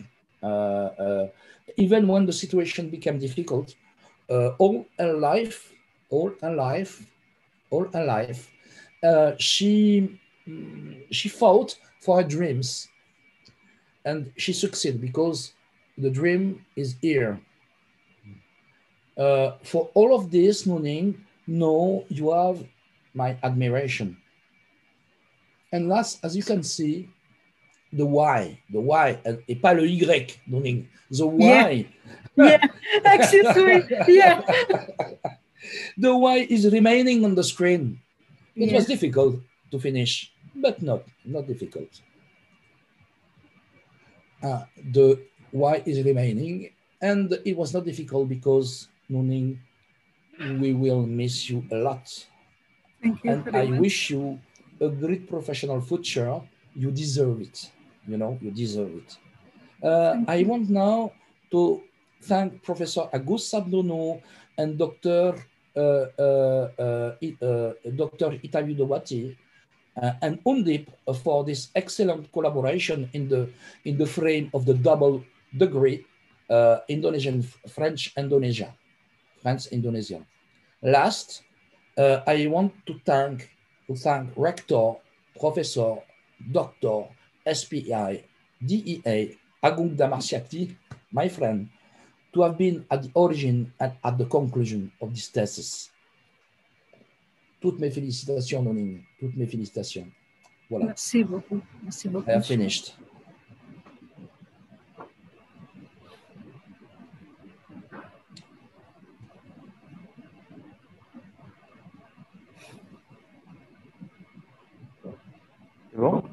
C'est bon. It's okay. Thank you very much, Professor Pierre Dumeng, who have very interesting presentation, and I think that he become a poet now. He takes just 10 minutes, and also he respected very well the time for this session. Well, again, thank you very much. Merci beaucoup. Terima kasih, Profesor Pierre Dumeng, for your help to us in Indonesia,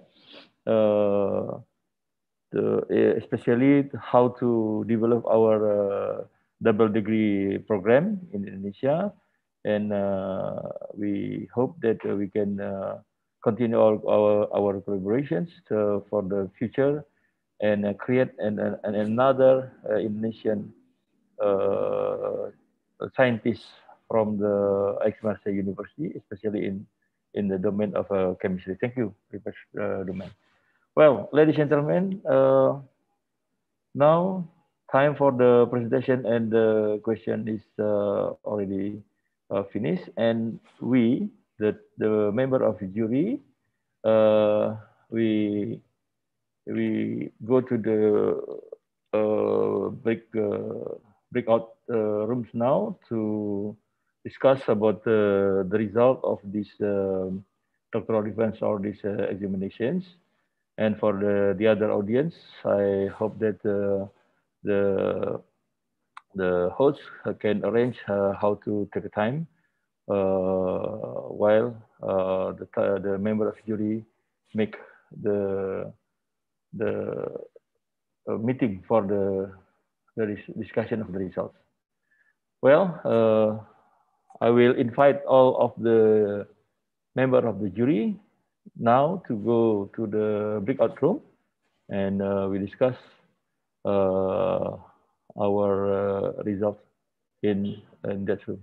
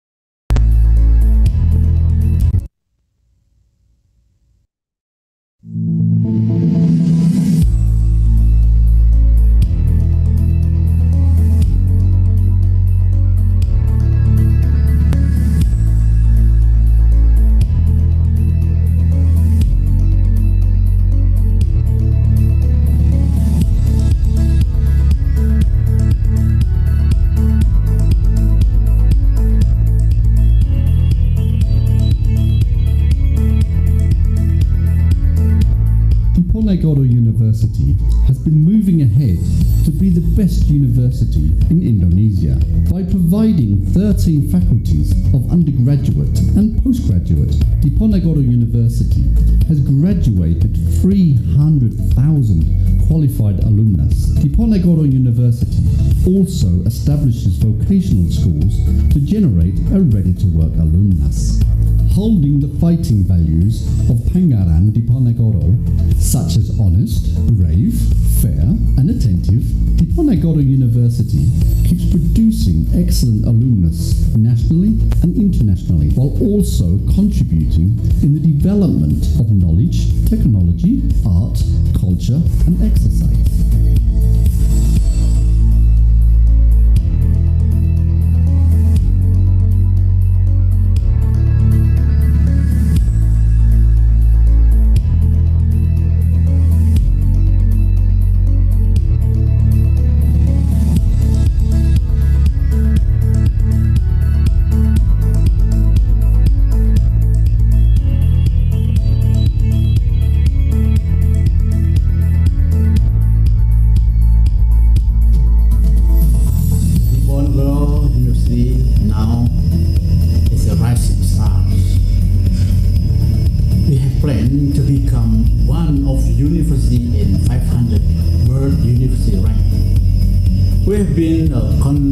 Improving the supporting aspect such as regulation, facilities, financial system, bureaucracy management, information system, as well as quality of human resources.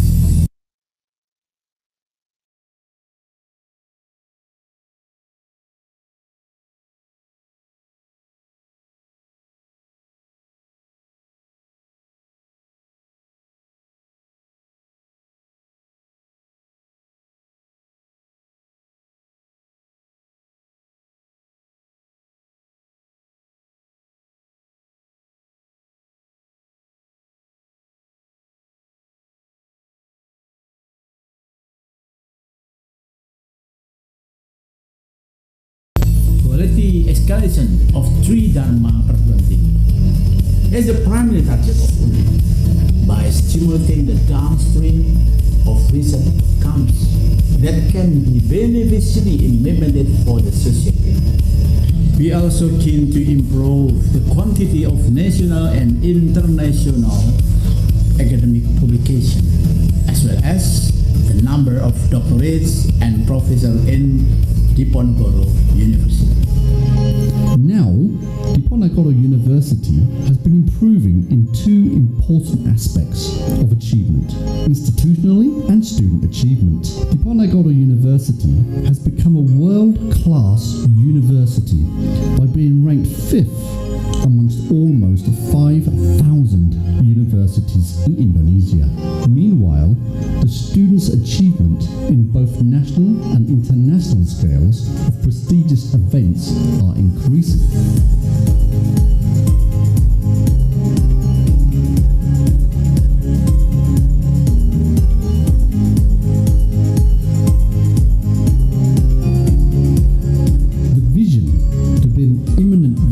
University is supported by the continued increase of research funding. The total research and civil service funding in 2018 is 123.7 billion rupiah. It consists of PNBP, the National Competition Research Funding, and Collaboration Research Funding.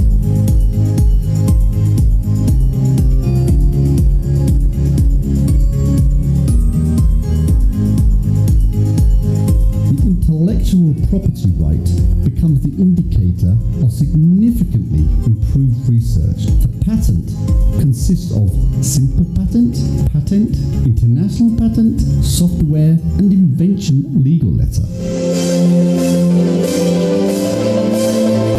To support the academic process, Diponegoro University has been improving the student facilities. Thus, the students will not only get the knowledge, but also the actualization space.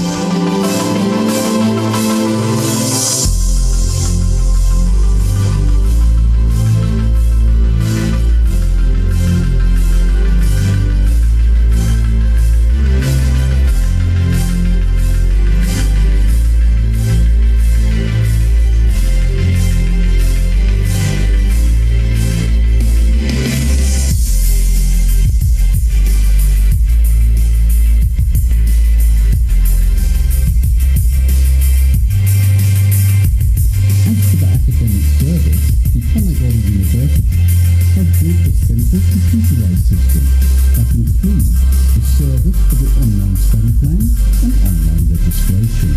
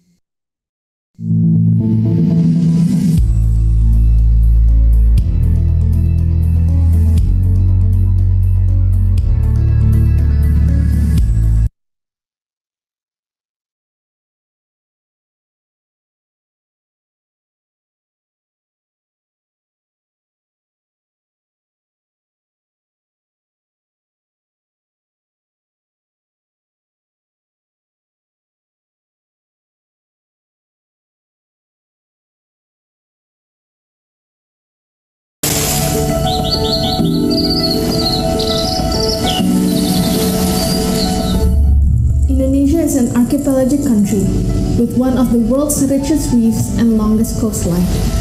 This gives Indonesia an immense potential in the fisheries and marine sector.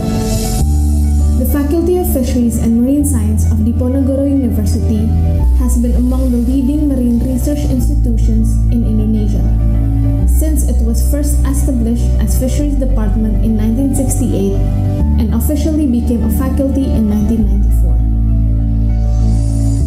The Faculty of Fisheries and Marine Science is located in the Central Java province. The main campus, where main activities take place, is located in the capital city of Semarang. The second campus, also known as the Marine Science Technopark and Coastal Development Laboratory, is located in Jepara Regency. The vision of the Faculty of Fisheries and Marine Science is to become an excellent faculty in the field of fishery science and tropical marine in the year 2020. In pursuing its vision, the Faculty of Fisheries and Marine Science missions are to provide a high-quality education in the field of fisheries and marine science, engage in scientific research and publications, produce intellectual property rights, provide community services in fisheries and marine science field, implement a professional and accountable system, and empower students' activities to achieve the complete graduate qualifications. There are 6 departments in the Faculty of Fisheries and Marine Science. The first one is Aquatic Resource Management, Capture Fisheries, Aquaculture, Marine Science, Oceanography, Fisheries Product Technology. The faculty provides numerous facilities to support all study and research activities, from student discussion spaces, library, and integrated laboratories. We provide aquaculture lab, biotechnology lab, chemistry lab, hatchery, and geographic information system lab. The excellence of Faculty of Fisheries and Marine Science is proud to contribute in fisheries and marine field through artificial patch reef in Panjang Island, Jepara. provides information to the public of Semarang as a reference data for sea level rise on the coast with route calendar.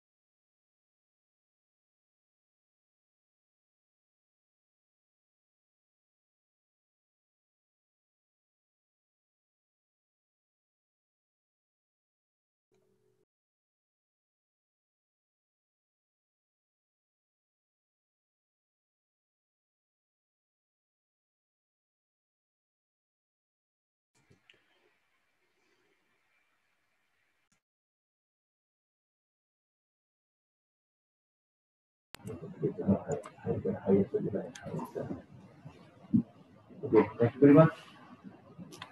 Sorry. Well, thank you very much for all the participants of this doctoral defense of Ms. Nuning Hidayati, the member of jury have already decisions to Ms. It's okay. We, the member of jury, have already the decision for the Ms. Nuning Hidayati. We give the highest rank of the result to Ms. Nuning Hidayati for her defense doctoral in this session. And we, the member of jury, also give the congratulations, special congratulations for the Nuning Hidayati, and hope that she can continue his research and continue make the good publication and articles, and hopefully that she can take his professor as soon as possible.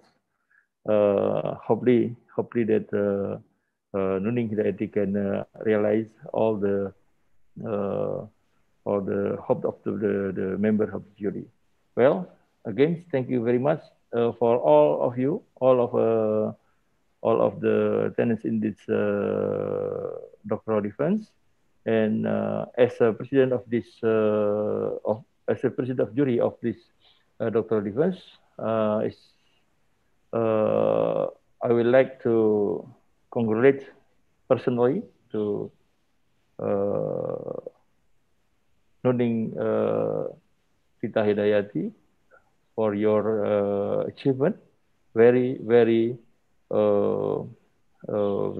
highest achievement for the works of the doctoral thesis, and also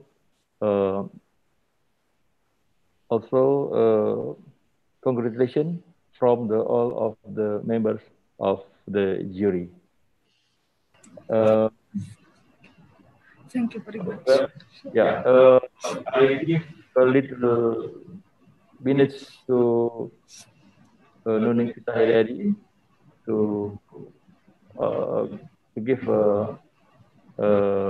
remarks or comments or something in the 2 or 3 minutes in English or in French or in Bahasa Indonesia. You have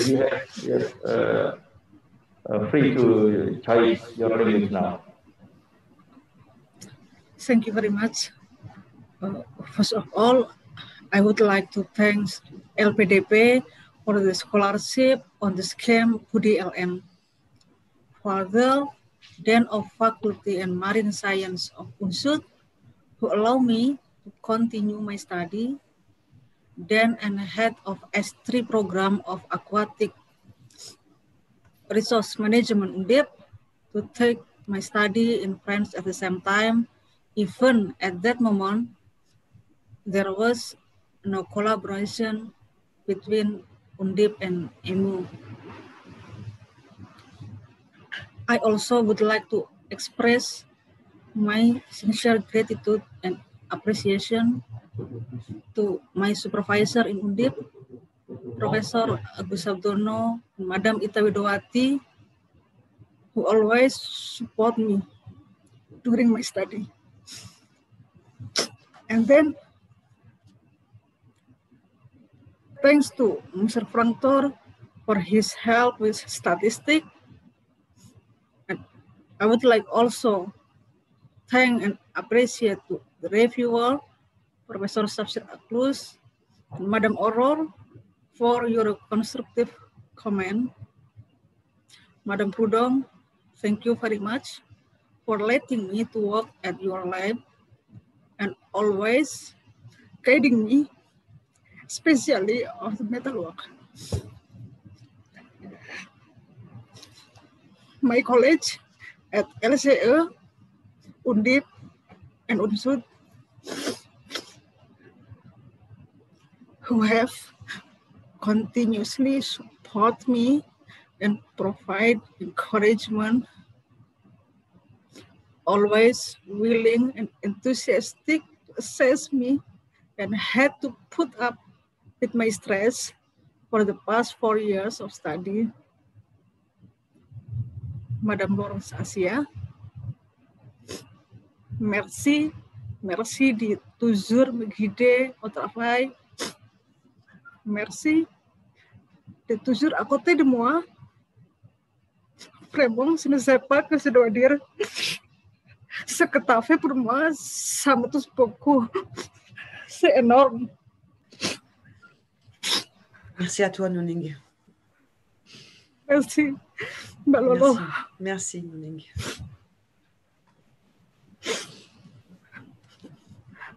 Prof Agung, Prof Agung Daman Shakti,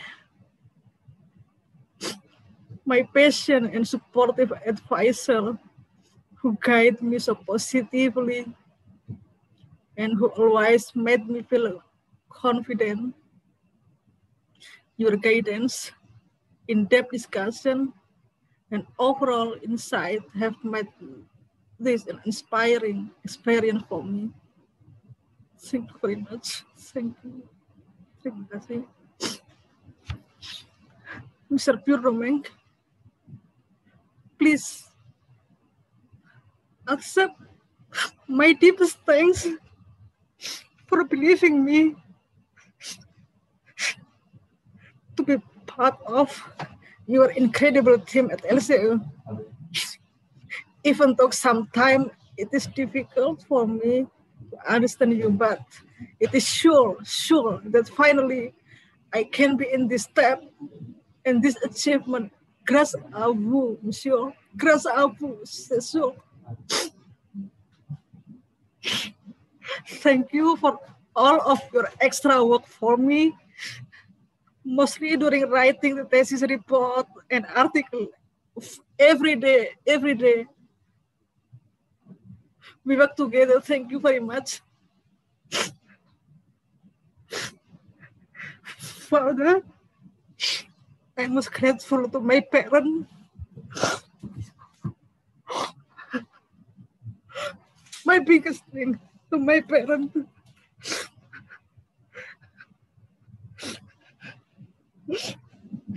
Who set me off on the road to this PhD for a long time ago.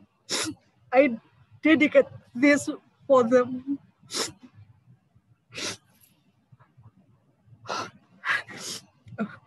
Finally, to my family, my tutors for all the support, patience, and encouragement you have shown me during my PhD study. Thank you very much. Thank you. That's all. Excuse me. Okay, thank you for Nuning Fitayati. And now I think that time to close the examination session of this doctoral defense. And I would like to thank all of the participants and all of the jury to make this doctoral defense running very, very well. And I close with Assalamualaikum warahmatullahi wabarakatuh. Selamat sore untuk Indonesia.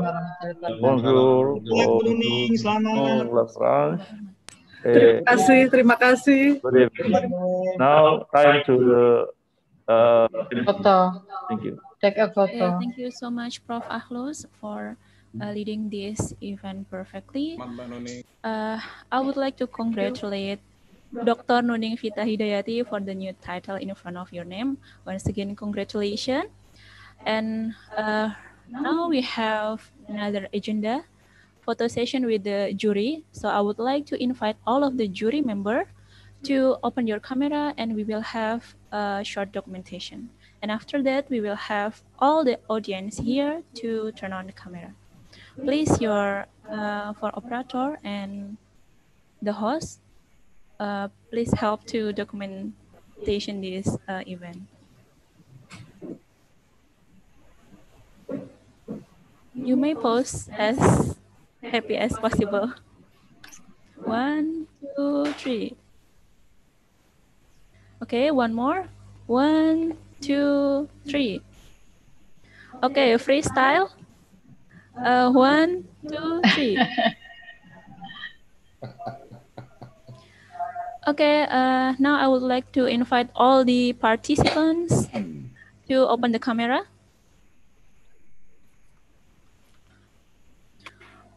All the participants, I see like 45% here. Okay, get ready.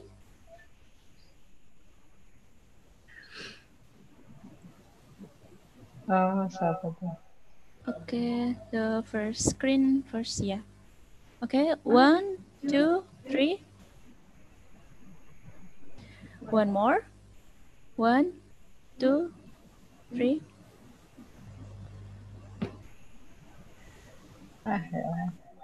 Okay. For the next slide. Okay, 1, 2, 3. Okay. I think it is enough for us today.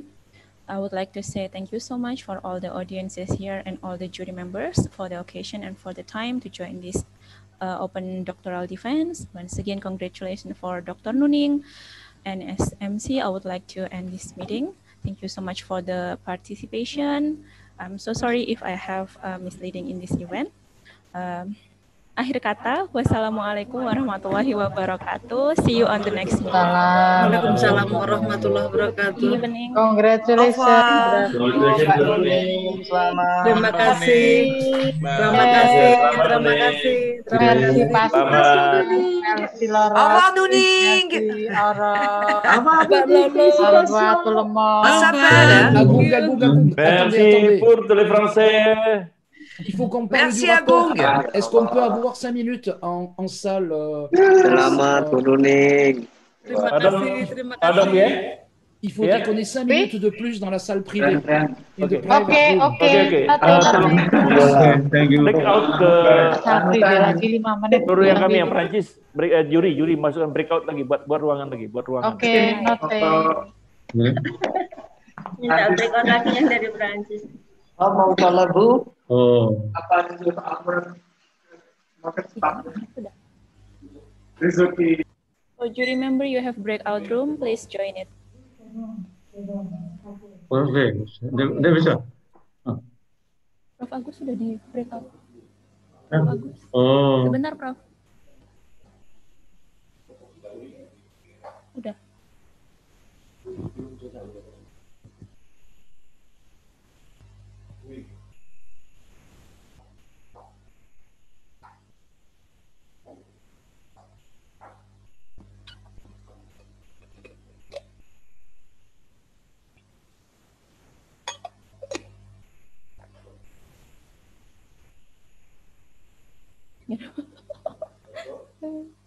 Biarin deh.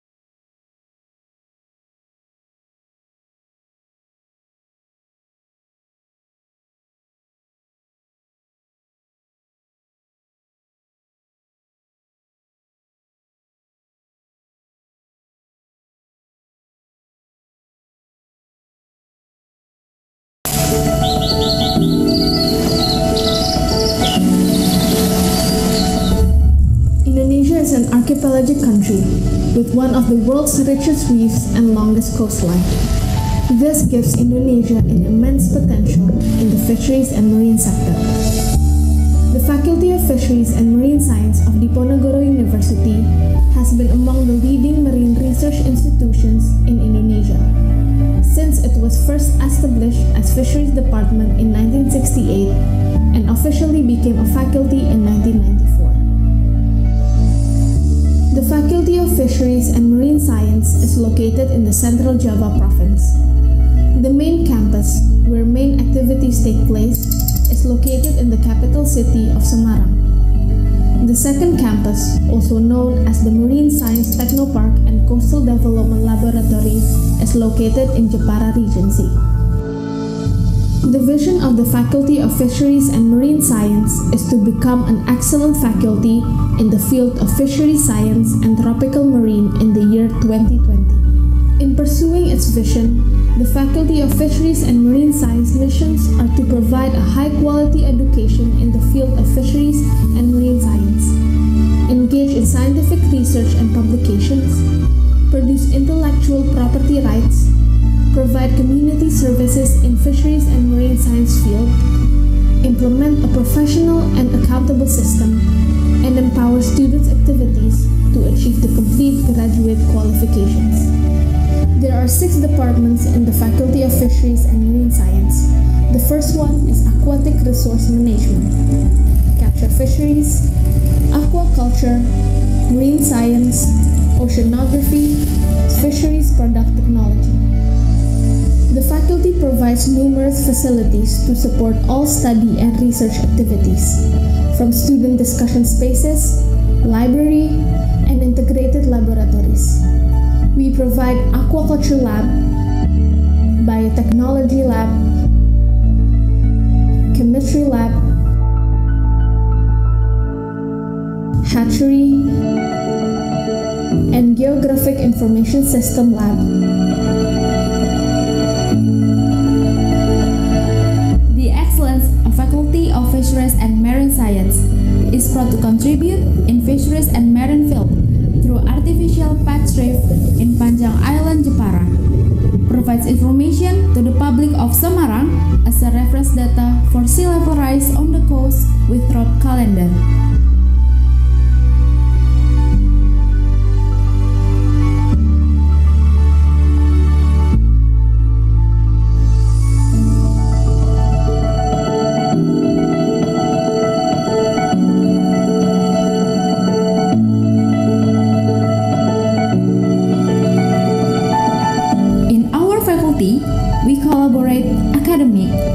experimental learning to give the best experience of learning. The faculty have 16 student activity units divided into several fields like art, sport, religious club, research, student executive board, and student senate, where students are allowed to become more involved on campus, increase leadership, social responsibility, and their personal development. One of the organization, Kesemat, received an achievement as the best ASEAN student organizations in 2016. Faculty of Fisheries and Marine Science conducts activities in international scale, such as International Tropical Summer Course and International Conference on Tropical and Coastal Region Eco Development. International Tropical Summer Course is an event for international students from partner universities to learn about coastal ecological preservation and coastal biota in Semarang and Karimun Jawa Island. International Conference on Tropical and Coastal Region Eco Development is an annual international seminar event that aims to promote and disseminate research results.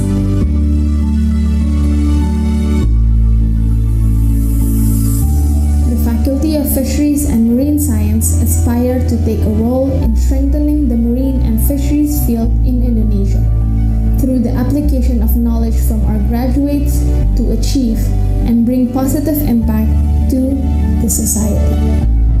Banyak ilmu dan pengalaman selama saya berkuliah di sini, dan ilmu yang saya dapat sangat cocok dengan bidang yang saya jalani sekarang. Melalui pekerjaan seperti ini, saya mendapatkan kesempatan untuk berkunjung ke tempat yang bahkan tidak pernah saya bayangkan sebelumnya. Perikanan saat ini menjadi sektor yang dibutuhkan di dunia ini. Banyak negara pengekspor ikan, bukan hanya Indonesia. Kebutuhan untuk makan ikan di seluruh dunia pun selalu tinggi, terutama di negara maju. Saat ini saya bekerja di PT Freeport Indonesia, salah satu tambang terbesar yang ada di Indonesia. Posisi saya saat ini adalah sebagai senior manager di Departemen Lingkungan. Saya bertanggung jawab terhadap semua aspek lingkungan yang ada di job site untuk memastikan PT Freeport Indonesia mematuhi semua peraturan perundangan yang berlaku di bidang lingkungan. Ilmu yang saya pelajari banyak saya gunakan karena salah satu aspek yang dilakukan oleh PT Freeport Indonesia adalah melakukan kegiatan pengelolaan dan pemantauan di ekosistem pesisir. Faculty of Fisheries and Marine Science offering some programs, including international and national programs, and we challenge you to explore our fisheries and marine science resources. So, be proudly to welcome you to our Faculty of Fisheries and Marine Science. Thank you.